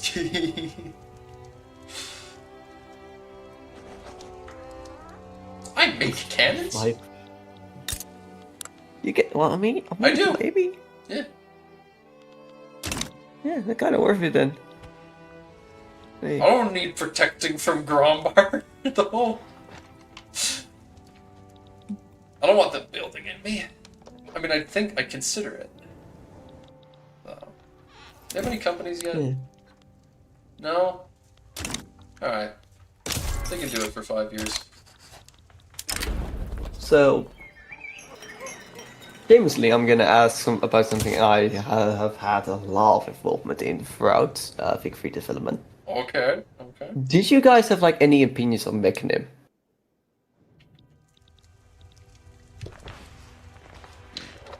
Ironically enough, before I started my stream, there was a whole, like, it wasn't because of Mechanim, but there was a huge conversation in my Discord server about whether or not sentient robots should have rights and stuff. So, to say the least, the concept is very interesting. And it is also very funny because I have seen that there is the one fantasy mod that is out right now for Vic. Realms of Exeter? Yes, Exeter. I played the Tunnel Cursed Dwarves. The Tunnel Cursed Dwarves in Realms of Exeter, they have this building, this ancient, like, Godsbane vault, I think. And it literally manufactures dwarves. Because it's just a building that's full of dwarves that were like turned to stone. So the place just dwarves go in there and they use magic to wake the dwarves up and then you just get more pops. So it's funny going from that and but yeah, that's an actual example of what I played where that worked. But there wasn't really much. It's not like you would build more of it or get tech for it. But here you get, I think it's production, where you get the instant. It is something which is available to everyone, just I believe different than their own robots of Exeter. And it is definitely like there should be a lot of like story about like how about like the political consequences eventually, because people are bought into the fact that they have no souls. Learning that they do have souls and in fact can think and that you have been torturing them completely kind of introduces a massive political upheaval, especially considering how bad they've been for the working class. And that's like something I've been involved in, though I have had a lot of troubles like figuring out how to properly make the system tick. Like one of the things I've been stuck on is there should be a way to have like each IG take up a dynamic ideology on Mechanim with a specific like sort of stance. So like maybe Intelligentsia has like, oh, one game they are like pro Mechanim rights, and the other game they might just be like, they should be cognitive licenses, or like or they should just all be dismantled, or they should are property. Like the exact inner workings has been something I've been personally kind of stuck on in terms of like figuring it out.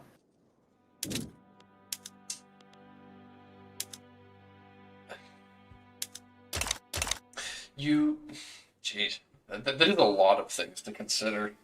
I wasn't even thinking about like the interest groups and the ways that you'll actually influence the way that nations, in both your own and others, how they feel about Mechanim. I was just thinking like, oh, how does it from a gameplay standpoint function? What do you do with them? All that sort of thing. Wasn't thinking about it like, oh yeah, you gotta actually figure out how the AI treats this too, and how your country's laws will be. Okay, AI actually, realistically, probably shouldn't be that bad. You could probably just do some like default for the AI, and that's probably gonna be fine enough. But that's very much true. The AI should not collapse to Mechanim like most of the time. Mechanim revolt. Yeah, that's like... I had to learn custom revolts coding, and then they added a way for it which was simpler, which was just political movements. Which, thank God it did that, because it was not that good.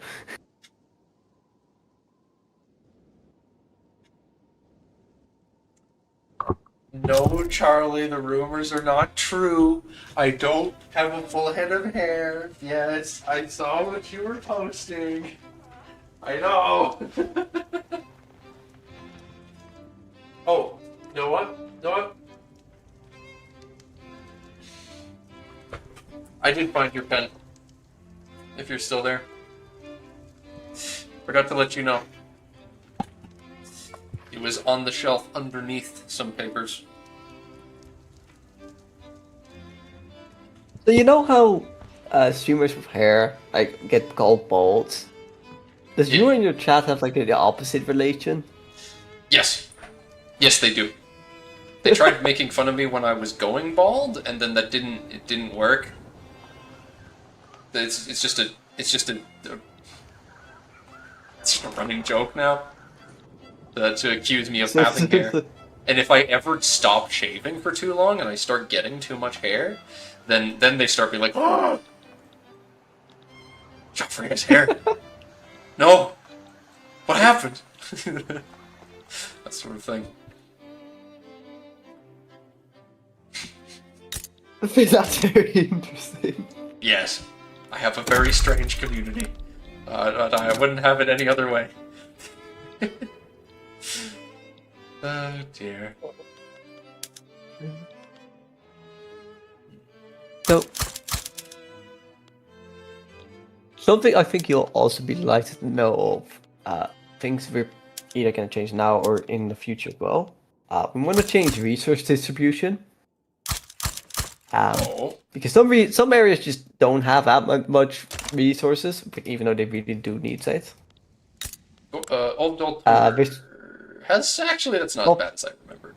Also, Tunga isn't that bad. Yeah, Look at Jad and Wood. Like, pick any Jad state and look at the logging. Okay, well, how would they? Okay, like Northeast, like the Northeast Jad. Not like, have you seen? Salad. Have you seen North Africa in Vic? I believe it has more wood. But yes, I'm pretty sure North Africa has more wood than 5 per state. Not much more, if it does. No, of course not. But, Chad should probably have a lot more wood than it does. Like, even if you double it, they would still be wood poor, so I think that's fine then. Let me check. Yeah, North Africa only has like 9,663, etc., etc. Yeah, logging is generally quite north, like the areas which have wood. But the reason why we also want them to have more wood is because wood is super essential, and we do want Jad to have an economy. Which is why we want to be like, hey, what if we buff their wood amount a little bit? And it also means that hopefully we will not have one of the largest gold mines in Canor be size 4. Largest gold mines? Yeah. So this is something I learned from a little bit of context.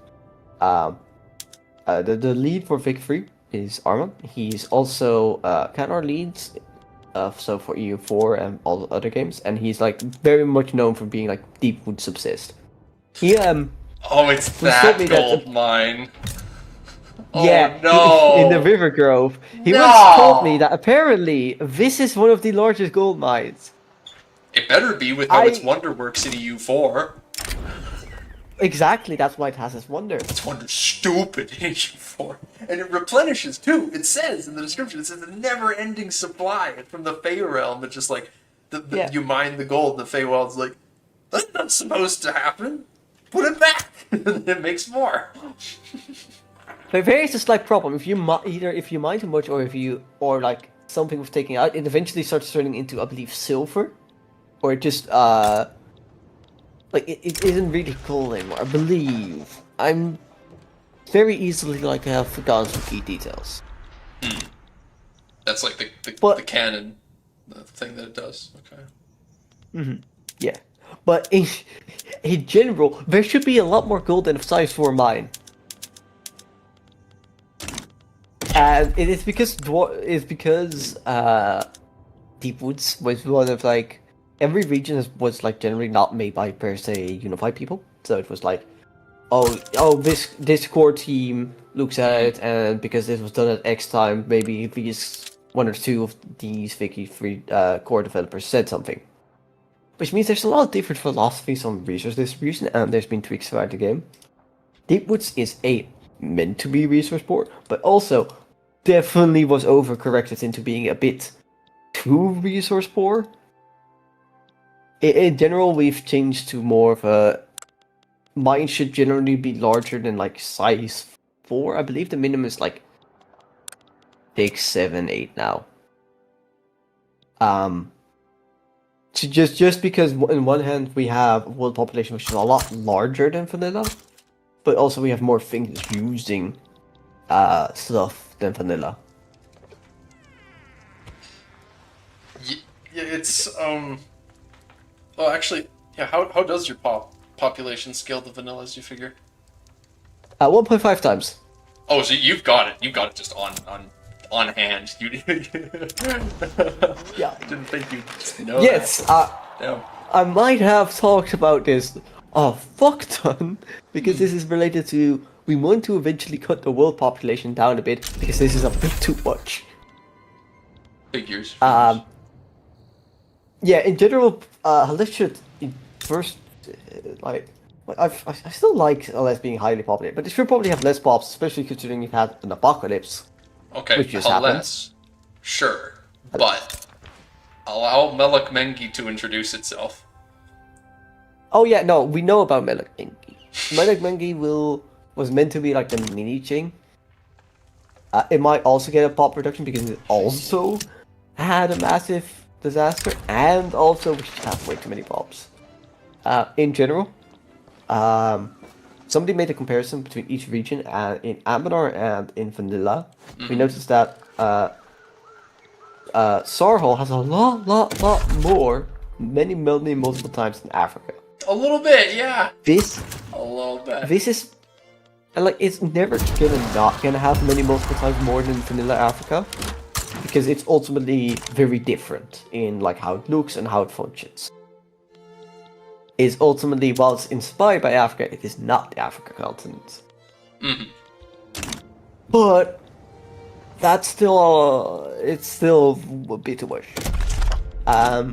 In terms of South Alien tier and North Alien tier, we also noticed that that's a lot more times the population of their respective regions. A, because natives didn't die out so much.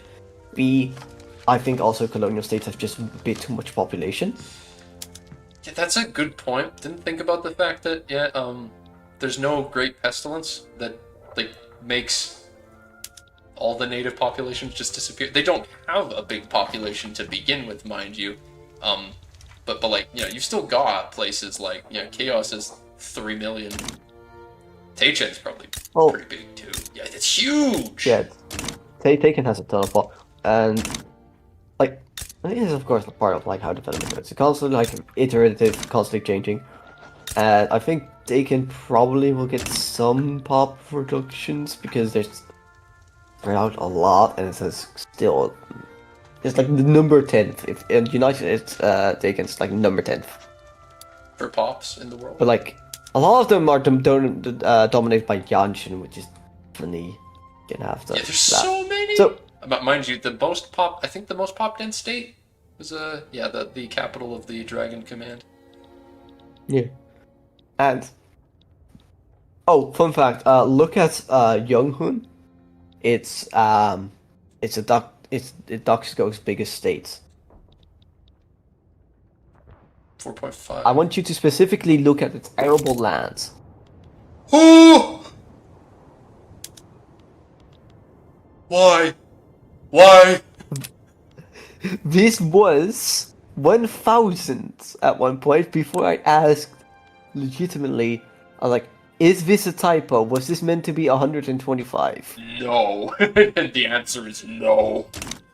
The answer was indeed no. This is intended. So, what it turns out to be is Yonghun is apparently supposed, despite being largely ruled by nomadic people, it's apparently supposed to be very, very, very, very fertile, especially with thick free tech. there's been a couple explanations for this. Number one, climate change. Number two, maybe different tech allowed them to finally use its fertility. There's so... Okay, sorry. But it's also so much variable that. There's so many things. There's so many different people in EU4 that look at Yunhun, this region, and are like, yes, we have our mission for subjugate that land and then turn it into the breadbasket. And every time it happens, I just have to look at it and be like, this? This? Yeah. This place gets rain? What? Yeah. Where is it coming from? Because there's a couple people during my world building stuff on my server. I've got some folks that like really like maps, and they talk about climate stuff. And I will be making a map, and I'll be like, this place is supposed to be beautiful. It's got such good climate, and it's surrounded by mountains. And I'll be like, no, no. Actually, you forgot to consider the Luft side and the Ley side. So actually, this area would be completely dry because the rain falls on this side. That doesn't. So no. Actually. Okay, I know. Okay, you're doing a bit to be like referencing. That's what those people say. And okay, it would technically be true. I'm doing not. Like here, if the idea is that Yunhun is where all of the rain, because I've done something similar in part of my map. If the rain goes up over the mountains and lands here, if we're dealing with a Somalia situation, then why is Tianlu here? Because that would mean if all the rain goes here, up over the mountains, and then into Yunhun, and then Yunhun's very fertile, then why is this the most pop-dense, fertile river valley Beijing place in the map? It would be a desert. Here's my genuine answer. I don't fucking know. The answer is that it's fun. You don't need more minutes than that. No. I was kind of being intentional because that was one of the biggest things I can remember from geography, and also like in terms of like climate of like where the rain falls, and obviously very much looks like Yunhun should not be as fertile as it is. It would be a lot more arid, and maybe that aridity can maybe help it or something. But I have no clue. There's probably been a couple people in Anbennar who've really dug deep onto it and maybe figured out a possible reason why this can be like super fertile. I don't know. It's because of magic. Yeah, I mean, look, we still have rivers going uphill. Yes. That's never going away. Yeah. I think I remember like adding trees to FLI, which also means that your PC will remarkably have a frame drop if you zoom in. Oh, the rain I've actually noticed this myself. I'm noticing this myself, but that also means it looks very, very pretty. Yeah. Yes. But yeah, there's multiple rivers that just went uphill. Speaking of rivers, though, where is it? Where is it on the Oskaram? Where is it? I might have accidentally hit that one. Yeah. There's one river which I think takes its entire road throughout the entirety of like the F line, ends up like somewhere it really wouldn't. It's rivers in Anbennar that makes sense. Oh, isn't the mushroom forest, by the way, didn't it have something really good? There was something really good here, I thought. No, not really. Why was it? No, the state modifier also. Opium. Yeah, it has opium. Mind you, the serpent spine is opium because apparently everyone's getting high on serpent bloom. This is what I've been waiting for this whole time. I've been sitting here waiting for the Flint uprising. Okay. I will say one of some things which can sometimes be loved and sometimes be disliked or hated, as both at the same time and by the same people, is in each region you can very much clearly tell that there's generally been a different design philosophy at works. Oh. Because we did not have a lead or an actual active lead until 6 months ago. And now also the project lead is active again. No, more like 8 months ago. Which means, for example, the Dwarvar has a lot of unique buildings. It has cave coral, it has mushroom farms, it has dwarf rods, holds, etc. But other regions generally don't, because we've generally been like, okay, wait, let's not do that. Unique buildings can be like very difficult to figure out how to properly do, and can, if you're not careful, be a massive performance drain. And also, like, should this be unique, or should this just be like a state trait? If it's like 10% of more efficient farming, that should not be a unique building. But if it's like Ironwood probably at this point should be like a unique building. The Ironwood trees, yeah, there it is. Ironwood trees?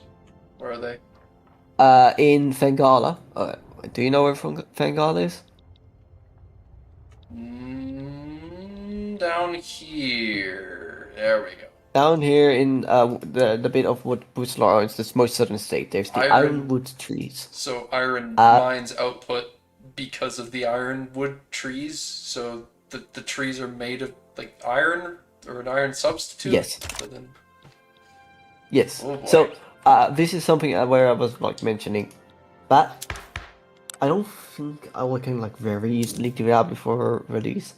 But like that's probably something which like I'm almost certain of it. That's just gonna be like maybe a unique building, like a unique resource building. Unique resource building where you get like wood you'll and look iron. At this and it'll be like resources instead of logging camps, ironwood camps, and then produces iron and wood. I guess. Yeah. Let me check. What is the lore on ironwood? Anbennar. There might not be something on the wiki. Fuck. Well, there isn't. Okay, well, that's a shame. I'm not gonna search through the whole Discord for ironwood trees. Like, okay. So I am back looking at Lex's notes of like his crazy proposals for like either what happens in post-victory canon or like startup changes, etc. And this is not only based on Lex, this is also based on other people's opinions and like whatever, and like what other people want, etc., etc., etc. Now, what is your gut reaction if you hear Bronte Biarchy, Attack of Cliff Gnomes and Mormon, which broke away with Gnomish 8 during the Magnet Rebellion? So it's a Gnomish Morse like hierarchy, yeah. Gnomish Mormon biarchy? Yes. The biarchy. No. It also to keep the hierarchy going. It also has a large oppressed green skill or kobold minority. So not only is it an holy feud of Mormon and Gnomes, it is also oppresses kobolds still.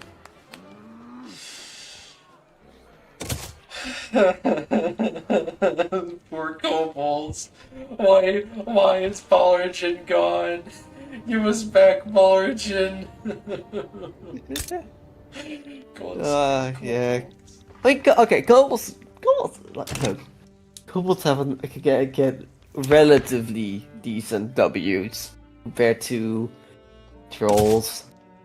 Oh, the trolls don't even the trolls. There is literally one troll tag which is alive. And it's Yznomora. And it is Yznomora, which is supposed to be a shithole, hated by everyone around them. and They've also lost is most very of the evil. swamp. And also has a horrible state modifier, which is -30%. What the fuck? Sorry. -30% state construction efficiency. The shadows. Uh, Whoa! Whoa! yeah, I didn't realize it was that high. Whoa.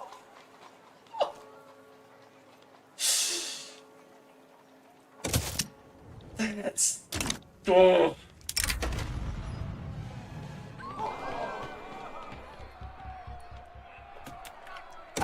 It's not But good. you know, I guess you can release Overtroll. Can you though? Why don't we I'm pretty sure investigate? you can. Why don't we investigate? Oh, Favik. Yeah. Never mind. They did the thing. Why did Yeah, this you always can. You happen? can. You don't have your flag, but you know you can release them.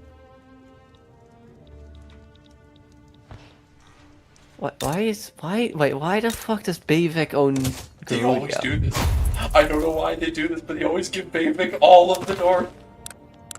Oh, that's actually very bad because that nearly always guarantees Northern League to collapse. Okay, that's something to work on. Why do you think they do that? My thought is Bayvik gets more disloyal and they have a lot of these unincorporated states. So I do 'Cause think, Blue okay, you know what? Richmond To is- appease them, we give like the AI is like we give them these states which are all unincorporated. Whole loads of dollar. Because they're just Canorian heritage? Because they're both Canorian heritage, so it's easier for them to incorporate? I don't know. That maybe my other reason is there's possibly a bug defense or like code. That is very possible. But yeah, that's something to change because that should not be happening. Meanwhile, I'm hitting Holy shit! terminal velocity. Olafland Fjords. But my I'd like to favorite forget, part, like, how- you're playing Arg Ordsun. My favorite part is when you're hitting terminal velocity, and you have to you where you reach the point where like every once in a while you hit a period of time where it's like your investment pool is so much higher than your So construction. you just have to build and build. And you're like, I just built 3 construction sectors. Why is my income not going down? More! Just build more! Overtroll Fjords? Woo! Fjords Bay Fjords? Yeah, it's pretty good. It's like a +5%. It's good because it's a mix of like 2 vanilla modifiers, I believe. I think so. There's that vanilla modifier. I think BPEC has it. Yeah, natural harbors. Mind you, this one's better. This one's better.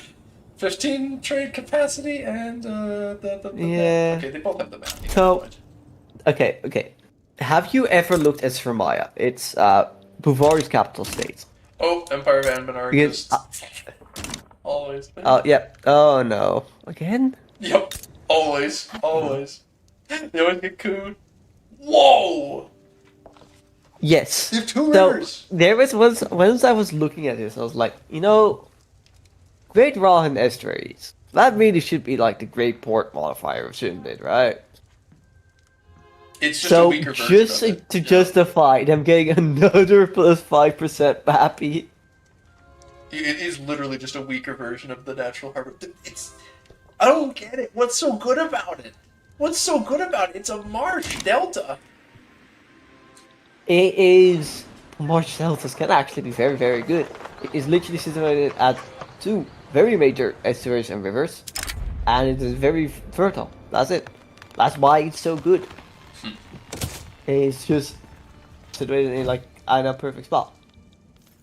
This is also partially why I once like my dream was why I want performing to either knock this and start off very quickly to knock this so that LEC owns their capital so that LEC is a lot more strong. It's a lot stronger. You got 15 million pops there. Yeah. Yeah, no, that's way too much. That's just like unreasonably a lot.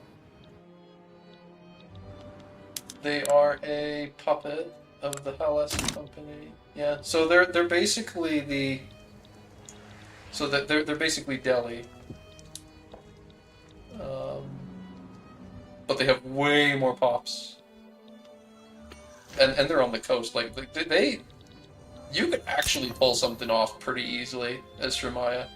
Well, as you know, Buvari and Shremaya. Yeah. Very I agree. Because the LIC is largely a paper title, because a lot of its subjects are very liberty desire heavy. Like, have a lot. Like, it's better now, but still, like, kind of bad. I remember one of the changes, like subtle changes I did, which I liked a lot, is I increased Daemstair abundance across the world. And whilst I was doing that, Laurent doesn't really have Daemstair, and I think that's kind of cool. Oh. But to make up for it, Well, what about their colonies? I made it so that the Laurentian Celeste company has some Daemstair mines. Nowadays, they do also have more Daemstair with the Daemstair dives. But they tended to be very Daemstair poor. And especially if we want the Laurent or the North, for the Elantary colonies to break away from Laurent, it's good that there's at least some Daemstair in its, like, eastern holdings. Well, how would these colonies actually break away? Is there a confederation mechanic for them?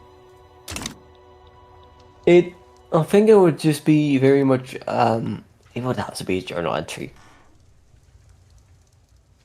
I don't think you can get away with it not being a journal entry. You would have to make a journal entry where they all stand up together and rise, or like whatever, like how it's influenced, and they are like given like some books or whatever. Like I think you have to like make a lot of like unique content for it.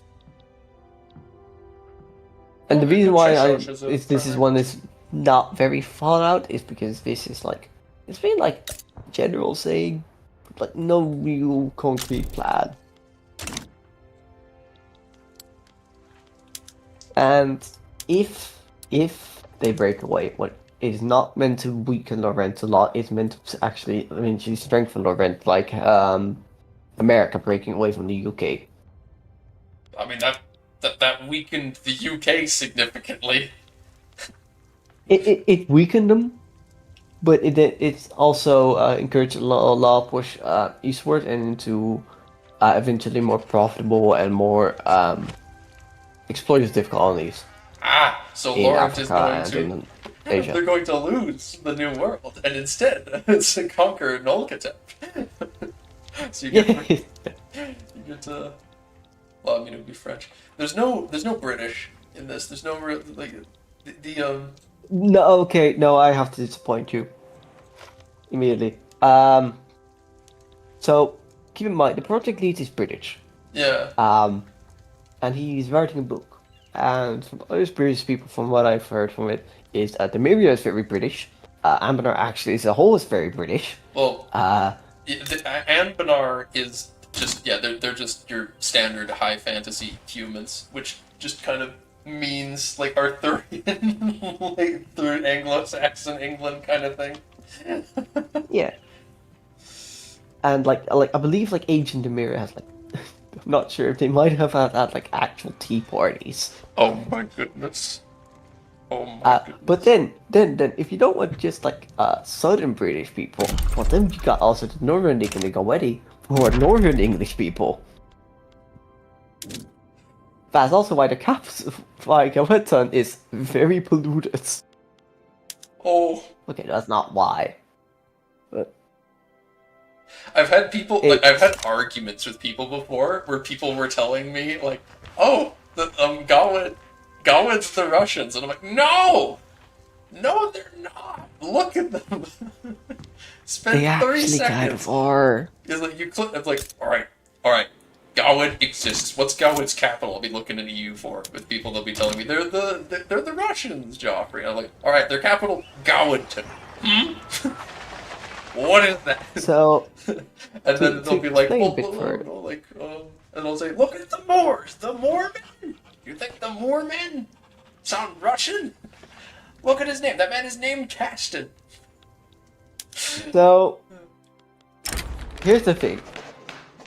I've spoken with a lot with the one of the big like lore heads for Goed and Northern Legion. Thus, they are partially Russian. They are partially based on Russia. The reason why the naming is also like that is Ramen is basically universal in counter. There's very, very few countries which do not use common when you say English. But also, like there's definitely, like, again, it's very much, what is meant to be a lot of mix. It's mix of, like, Game of Thrones North, the actual UK North, and Russia. There's meant to be Russian and Eastern European influences. Yeah, like, it is pretty clear when you look at them that it's like, yeah, this is you're in Dungeons and Dragons, and this is the North. When people say, yeah, I'm from the North, they mean Gawain. And then there's the more north. That's where the Vikings are. Yeah. They've got he often joked that. He often joked that before he came along, Gawain was just the word North. Like, all of the Gawain lore is just the word North scribbled in letters. Like, have you watched Game of Thrones? It's North. North.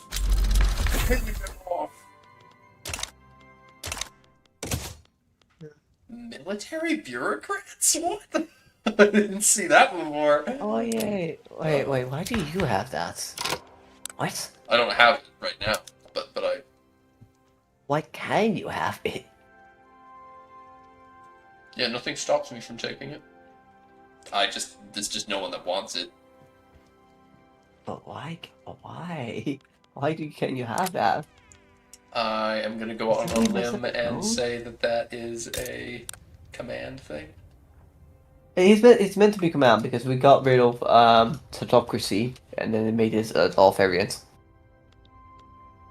It's a military bureaucracy instead of stratocracy. Yeah. Yeah. Like for government principles. Yeah, fair enough. I was remembering and then I forgot again, and I was remembering. Oh yeah. So, first of all, do you have any like very burning or consistent questions which you've always kind of had?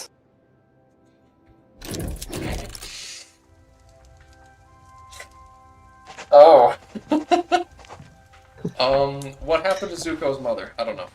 I don't know about Anbennar questions. That are like, I need to know.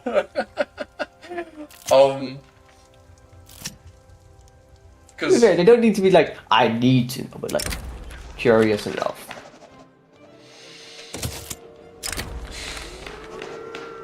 I never even wondered about,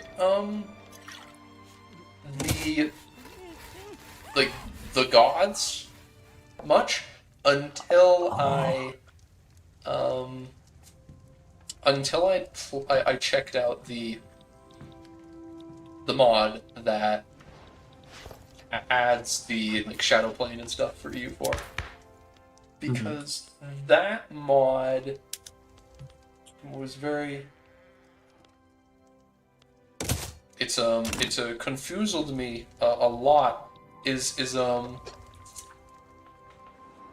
There was something in that mod, and I imagine it's all just homebrew, but they were talking about Red Reapers? Yes! Them! How do you know exactly that they're who I was talking about? Because they're canon. But also, number one, to sort of move off the gates, gods in Anbennar are meant to not necessarily not be canon, meant to be ambiguous. Mm-hmm. They are very much meant to, they might or may not exist. Yeah. Red Reapers, I believe, there's an event about that in Ravelion, where Ravelians ask Red Reapers if they serve Narat, because that's a part of the RC, and they're like, who the fuck is Narat? So, I'm not sure how the sub mod handled it, I'm gonna check. I think I saw some stuff. So, well, let me check for 5 seconds.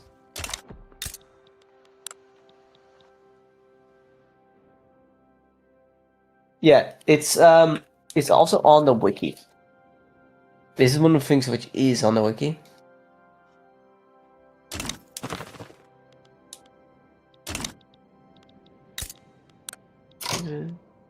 Well, sorry. If you have more of your question to go, continue it. Okay, so the Red Reapers, the thing that it's very very funny that you just knew exactly that's who I was talking about. Also, Caston's there as a shade, which is really funny. Beastbane, he's in the Shadow Plane in that mod. That's also canon. That actually happens in both an EU4 MT, and probably will be something in Fig 3 as well. Ghost of Caston, Beastbane just hanging out there. And there's all the Regent Court religion spread up there. So they talk about all of the shades and stuff there. They petition the Red Reapers, and the Red Reapers are like, all right, we'll take all of your petitions, and then we'll file them in a box and send them to Nurak. We promise. And then it says, like, at the end of the national idea that explains that it's like, but what they don't know is that this box, it actually gets shoved in a giant vault. because they haven't spoken, not even the Red Reapers have spoken to Nurak in ages. And, like, all connection between them has been cut off. It's like, oh.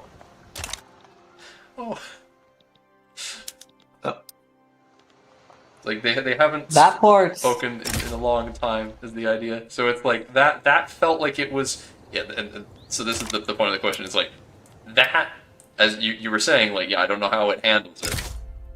That mod, made it seem like that Nerat is for sure a thing, and that they just disappeared. But I'm getting the impression that's not a confirmed to my thing. knowledge, that is not. So, like, how the NI handled it, that's not, like, really the canon, of course. This is some mod, like, that's kind of what you expect. Mm-hmm. However, there is... In Regent Court is often cited that the Red Reapers are agents of Nerat. In Rebellion cites him as great emphasis on the role of the Red Reapers rather than the Master Nerat. So that where it's like either that Nerat is a prominent member of the Red Reapers, or like aren't, or etc. So even in that framework and the NI, you could probably still have it. And Nerat was just like their boss. Yeah. Like he just got like cut off. Yeah, the boss did. Yeah, and people just interpret it differently. Yeah. They interpret the this leader of this Shadowfell group. Whatever you call the shadow place. Their leader is definitely an interesting way to take that as a theory. Mm-hmm. Yeah. It's okay. Also, this pops into my head. It's completely unrelated, but pops into my head very quickly. I remember I think one of the first few like showcases of like Fig 3 in like a video, or Fig 3 Anbennar in a video. Mm-hmm. I didn't know about it, and I think they scrolled up to the top of Fig 3 teasers and they picked out that map, which means that Sarl was not filled in yet. So you just have Keterada and like stuff like that. Which was... And I just kind of pulled in like... I wonder... I don't know. I mean, that's just like, how do you communicate it? It's probably just like... They will probably just play the game rather than look at the teaser channel. So someone was showcasing the mod... Oh. Was it Generalist? No. It's nowhere near as bad. It's nowhere near as bad, but it was like... somebody was just talking about Anbennar, and I was just like, Okay. as a quick aside, I've heard that the big free mod's coming, and it just like scroll past. Like it's like not a big deal And at all. and they just showed like a picture of it looking like it was looking how it looked ages ago. Look, yeah, looking how it looked like a, a year and like 5 months ago. That must have been a little discouraging. Well, No, it wasn't really. okay. Because like, well, like, honestly, somebody just talking about it is a lot more like encouraging than discouraging, even if it's like, oh, it's showing something old stuff. Yeah. And he still talks about it. It's still like nice, like Yeah. So just it being acknowledged is still very important. Yeah, I get that. yeah. Um,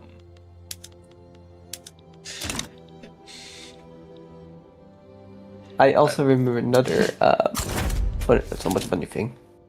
I generally like one of the biggest questions always is, of course, what's the map like?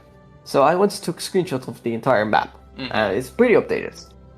I made sure to update it. I have not really changed it recently because there has been no big map changes. There has been one. Niradon, Shul, and some Falsu, which are in the valley, are the exact opposite colors in the screenshots. Because I screwed up and I mixed up the colors.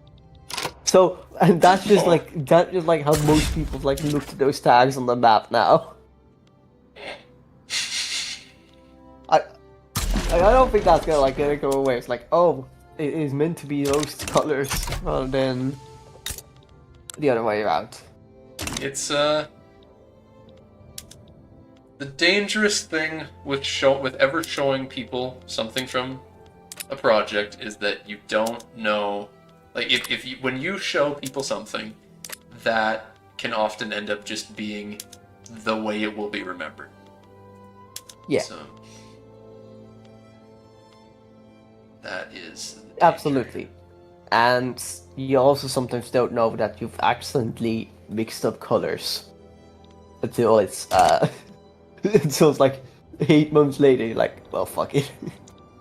Yeah, that's what I mean. We're like, if you're not careful with that, then so you accidentally show something and it's not intended. Then I mean it's such a nothing.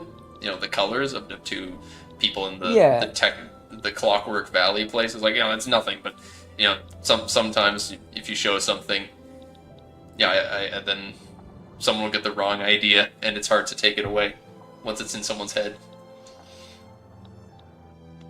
Yeah.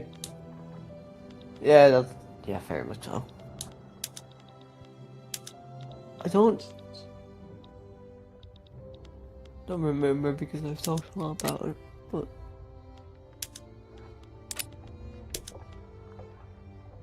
yeah. So, do you have like any favorite countries which is not Ark Ordsun actually? Because I just realized you'll probably just say Ark Ordsun. Oh, well, favorite countries, I was Ordsun, yeah. Maybe the person who's been streaming that country for 2 hours. That's good. Maybe. Maybe this Joffrey guy happens to like Ordsun a little bit. It's possible.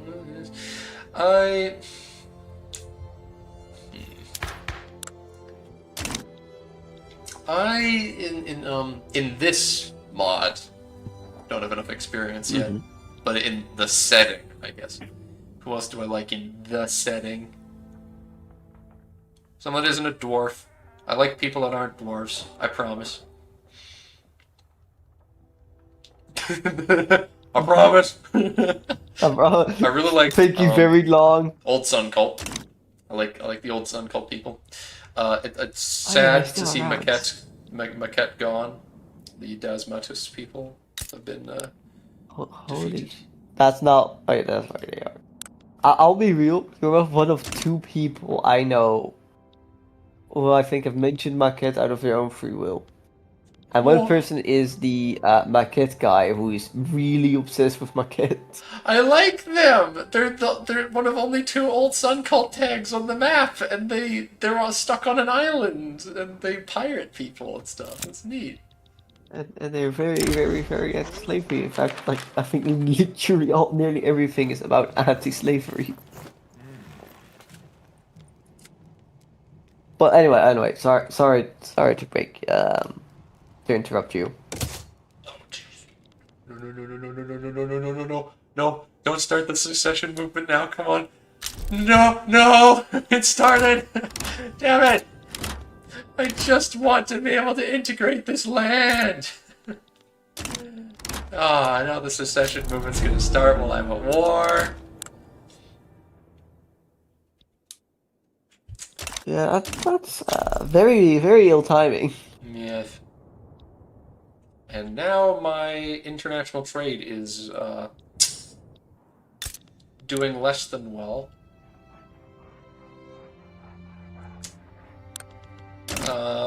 Because it's kind of cut off, so that's a problem. Oh, a minor inconvenience, you know. Oh, it's just a slight bother. Huh. I don't think there's gonna be time for me to finish that war, even remotely. I guess defer a couple troops and hope you can like at least like start. Like you only have like 5 troops, you can probably like put 7 there. Trumbar breaks the deal because I don't have international market access. Alright, turn the garrison of defense. Oh god, they already took my hold, excuse me?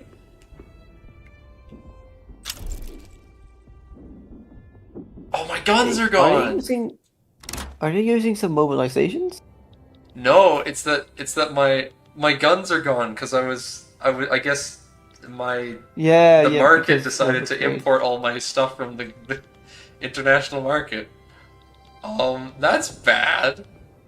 Cause now my instantly the auto construction queue is like, let's build Jeez, I'm so screwed.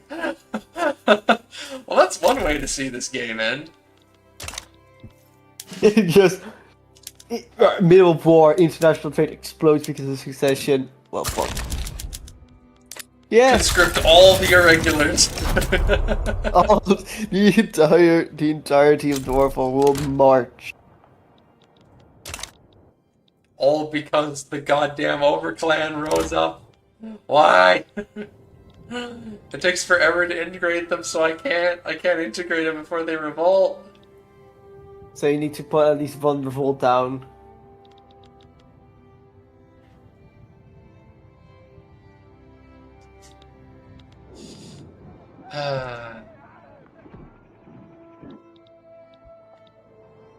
This is not good.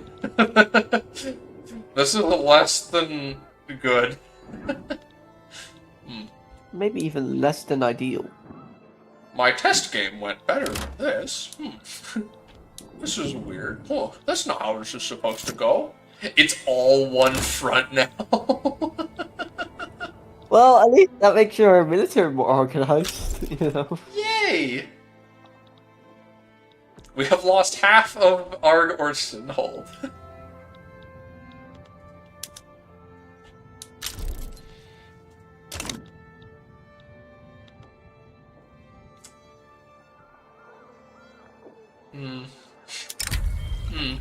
Yeah, sure, make a university in Diamond Quarry for all the good it does us now.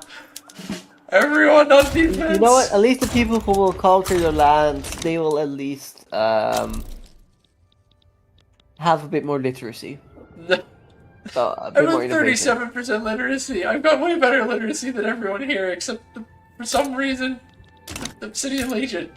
Wait, no, I do. I'm better than them too. Fighting in the dwarf form must be worse than one turned. Yes. Yes. Yes, it is. It is the worst. I think I don't know. It might be under some devs because they didn't realize how actually kind of bad it is. Um, I remember people wanting to put a home defense on all dwarf arsenals and a home offense, which for context would mean pushing is basically impossible. And plus all of the terrain debuffs and the provinces.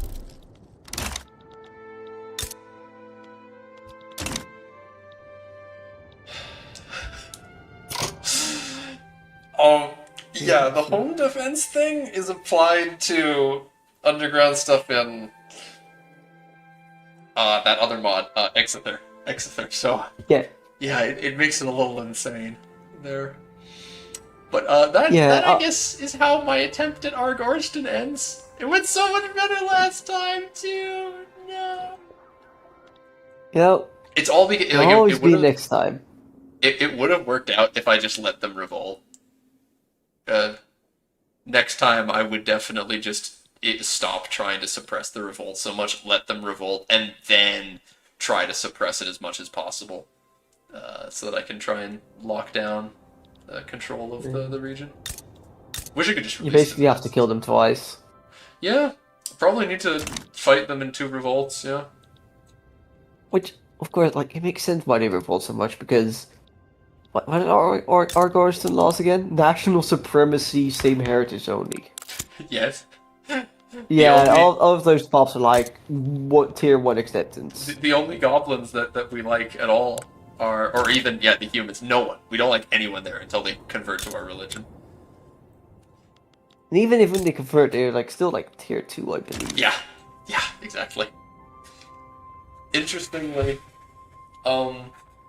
yeah, apparently in the next Vic 3 update, it's going to be possible to convert people that are in their own homelands, and people that are in your own that are in their own homelands and that are tier 5 acceptance.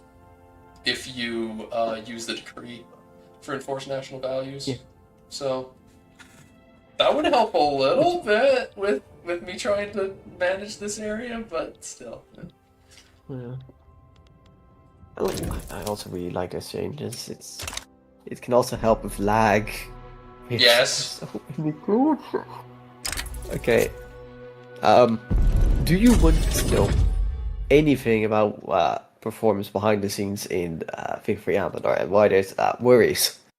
Worries about performance? Yeah, sure. What's up? So, of course, Fig 3 is very pop based.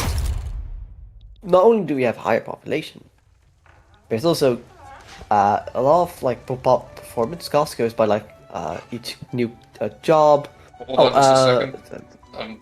While you explain that to me, I'm keeping my headphones on. I'm gonna go to the bathroom and listen. Yeah. I'll be back. Sorry. So go ahead, continue. Yeah, it's very pop based. Yeah, no, go ahead. So by each job type, each culture, and each religion. So it's each pop split. So that is the most important part of how performance is calculated. Anbennar, I believe, has like 8 times the amount of religions than vanilla, and like a couple of like 20 or so extra cultures. Wait, let me actually double check.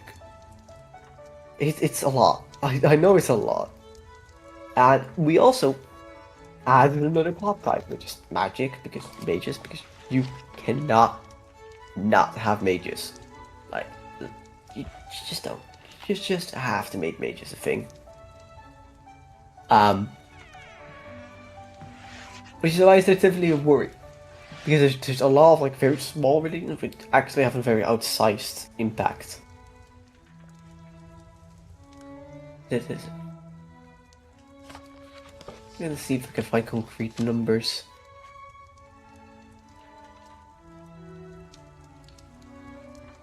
Also, very quick note for the person who asked. I am a dev for Anbennar Fig 3, and I got just randomly invited on. So that's who I am. Yes, I demanded he come. He's the person who let me know that it was that it was chill for people to talk about and show the mod, and then he showed up to this stream, and I was like, hey, you're typing in chat a bunch. If you're someone who likes to talk in VC, you want to join one? And they're just like, okay, I'll join your server. And I pulled them into the stream corner. Yeah. Yeah, I felt like that was better than joining the Anbennar server. Okay, yeah, here it is. I found the image. So, is the idea. I mean, there are lots of roles on my server that can join this channel, but it does stop there from being too many people that probably would jump in a call. Yeah, and like, it's very, very different than Anbennar, of course. Yeah, so, vanilla religions. There are 16 vanilla religions in vanilla Fig Free. There are 94 in Anbennar. There is 5.8 times more. Wait. How? There's 13 or what? What in vanilla? There's 16 religions in vanilla. And that includes like, Orthodox, 16 or 17. Oriental Orthodox. Jeez. Some really small ones. There's just really not that many religions. Then you go, beloved like Ian's mouth, and you get, it's like, well, they got one too. Nobody noticed. Yeah, they get like their own, yeah. And there's 100 more, like precisely 100 more cultures in Fig Free than in vanilla. This is probably has increased since whenever this was, that breakdown was made. What? Go, yes, go, what is it? Bagiston's here. It's en route. Yeah. It's en route to being murdered by the Ranger Republic, which was Ebonmas, but, you know, they're still here. It still exists, and, you know, they can, like, I believe form something? Yeah, because they have the uneasy peace journal entry. The uneasy peace, because so if they do it well, they can like form something. Y'all gotta give LFAL a chance, man. They literally can't win. It's impossible. We should, but also they've got no guns. They can't make guns. Even if we give them guns, they're screwed. Like they are just screwed. But I want to play as Peladiers, guys. No. The only way we can make them work is if we literally go into we copy what Fig Free did for Texas, and we give them like an event where it's like if they win one battle, they've insta won. Come on! You gotta convince them. We'll capture Roger Lincoln. The battle on the inn. I don't actually know what these favorites are called. Because theoretically, they're in. Like what they want to do, if they win, if LFAL wins, which like just don't work. But if they win, they're supposedly trying to release Telomtir. But I mean, it's never gonna happen. Yeah, because Ranger Republic kind of collapses in on itself. Set aside. Go. You must do this. You must set aside the rivalry between Bagiston and Plumstead to defeat the greater rival. Unity of countries reach max value. Do you unite them? I'm pretty sure you can. You get the start. I forgot this because I think I reviewed this and then.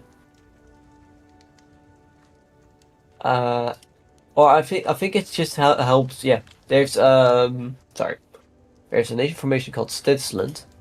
Which is settlement culture. And that is if you own what Plumstead owns, Antrim 1, and like a couple of split states. Stedsland, yeah, it's horrible.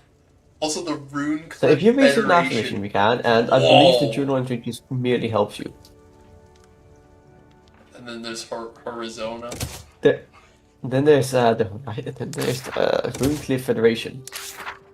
Totally balanced. The Rune Cliff Federation is a little large. I get the impression this is a Concord endgame formal is the idea. It's got the Concord vibe. So yeah, Concordian. It's a bit hard to form now. It's a major formal, which weird. It's meant to get eventually journal entry to be like a very specific, like crazy idea. But yeah, it's a concord or in formable of both in settlement, coordinates, and sorta. Oh yeah, because these cliffs don't. Yeah, they don't impede you anymore. Just go up and down. Or way less. It's still locked in. I mean, yeah, of course they're huge cliffs, but you can still go up and down. The idea. I got it locked in my head still that this is a impassable terrain. Yeah. No, it's not. Let's see, Goat. If you're still here, let's see. What does Bagaston have just for you? They've got nothing. So so take They that. also Goat. They also don't invent communism. We got lore on that. They don't invent communism. They don't. They don't. They don't. They don't. They were not really meant to be like full on communism. I believe the canonical inventors of communism are, I believe, a dwarf, a halfling, and a human. A human from Vertesk, a dwarf from Anbennar, and a halfling from the Small Country, if I remember correctly. And it gets invented in BPEC. BPEC. It would be the Small Country just doing communism after everyone's bought them out. Okay. I spent. I'm gonna have. Sorry? Oh. I'm gonna have to start giving very bad news. I'm going to have to go in like 4 minutes. Oh no! It's if you haven't noticed, I'm European. I need to sleep. Oh yeah, it would be really late for the European time. Yeah. Oh boy. Well. In that case, I wish you well. You hung out till the end of me failing as Argurston. Thank you. I got some very interesting insights into what y'all are doing and into your thought processes and stuff. I appreciate that. Mm-hmm. And I'm gonna. It was very fun. I was like, for most of the time I had like a grin on. Thank you. Even though it is so unexpected. And if you just are like, hey, I've run on this. I now have a question. You can just ping me in the Discord, and that's always good. It's rare that I think of something where like, oh, I need to know this, but if I do, it would probably be related to Ancient, so. I will say, okay, Incha, very quick sneak peek, it's gonna get gnomed. No! No! It canonically...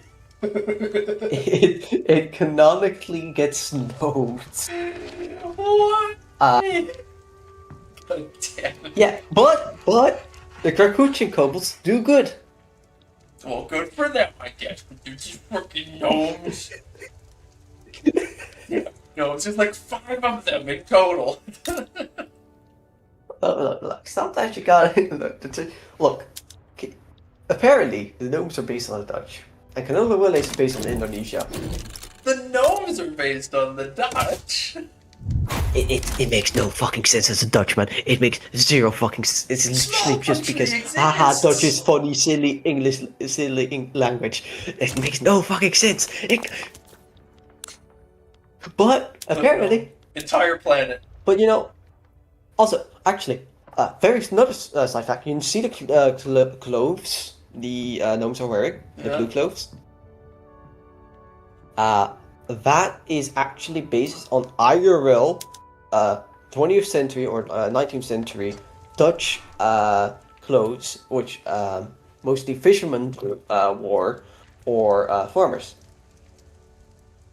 That is actually based on Dutch clothes, like the blue, the full uniform. You got more 3D models than I thought. Oh dear. Well, at least the clothes look pretty good. I hope the gnomes face a terrible fate Eventually. They've got to eventually in Canada. It's too much. There's 4.5 thousand of them in the entire world, man. They will, because they also are doing all of the mechanism stuff, and they were kind of behind. Why mechanism were not considered sentient, so like they're in for a reckoning. They were so. I normally love gnomes too. I just don't like the gnomes because they do so well. It's unironic. I love gnomes. They're hilarious and they're super just. I love their passion for little tinkering stuff. It's perfect. Little, They just do. Yeah.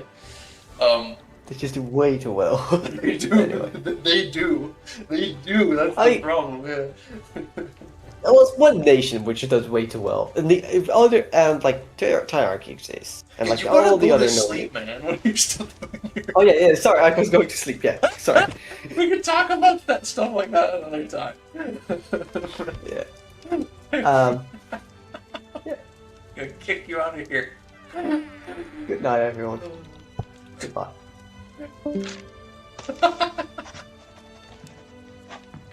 Yeah.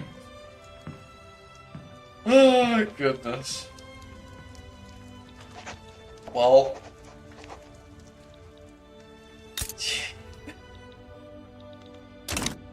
I guess I'm probably gonna stop there for now. Probably. I don't know. Resin Can calls to me sometimes. I like New World Nations. Get all that migration attraction. It's very, because, you know, they've got so much arable land here that they... I'm like, what is there? No migration controls. Yeah.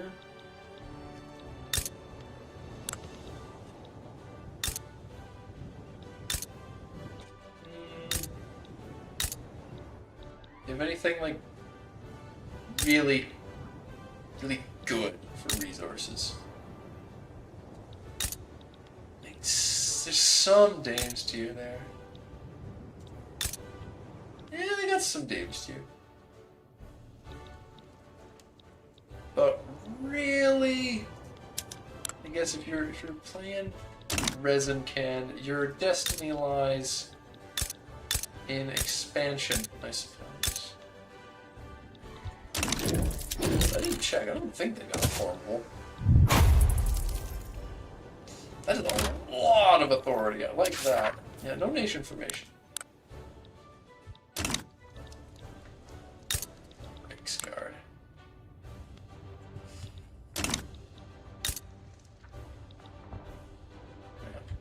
You want to take down the Harpies and Drake's Guard. Near Dahain, you could definitely subjugate them, and then by extension their colony of the swamp. So, if I was Resin Canned, I would go for a... That, you know, that's something I need to ask him. That's something I need to ask him. They've got to do... They've got to make power blocks. That's something. They got to make new power blocks. Because I was just here thinking, like, oh yeah, I as Resin Can, gotta inform power block. Oh, minor power. As Resin Can, it's like, oh, gotta form like a religious convocation, so you convert everyone to the cult of Exemplary, which is also really funny because it's not even the new Sun cult. They added another one.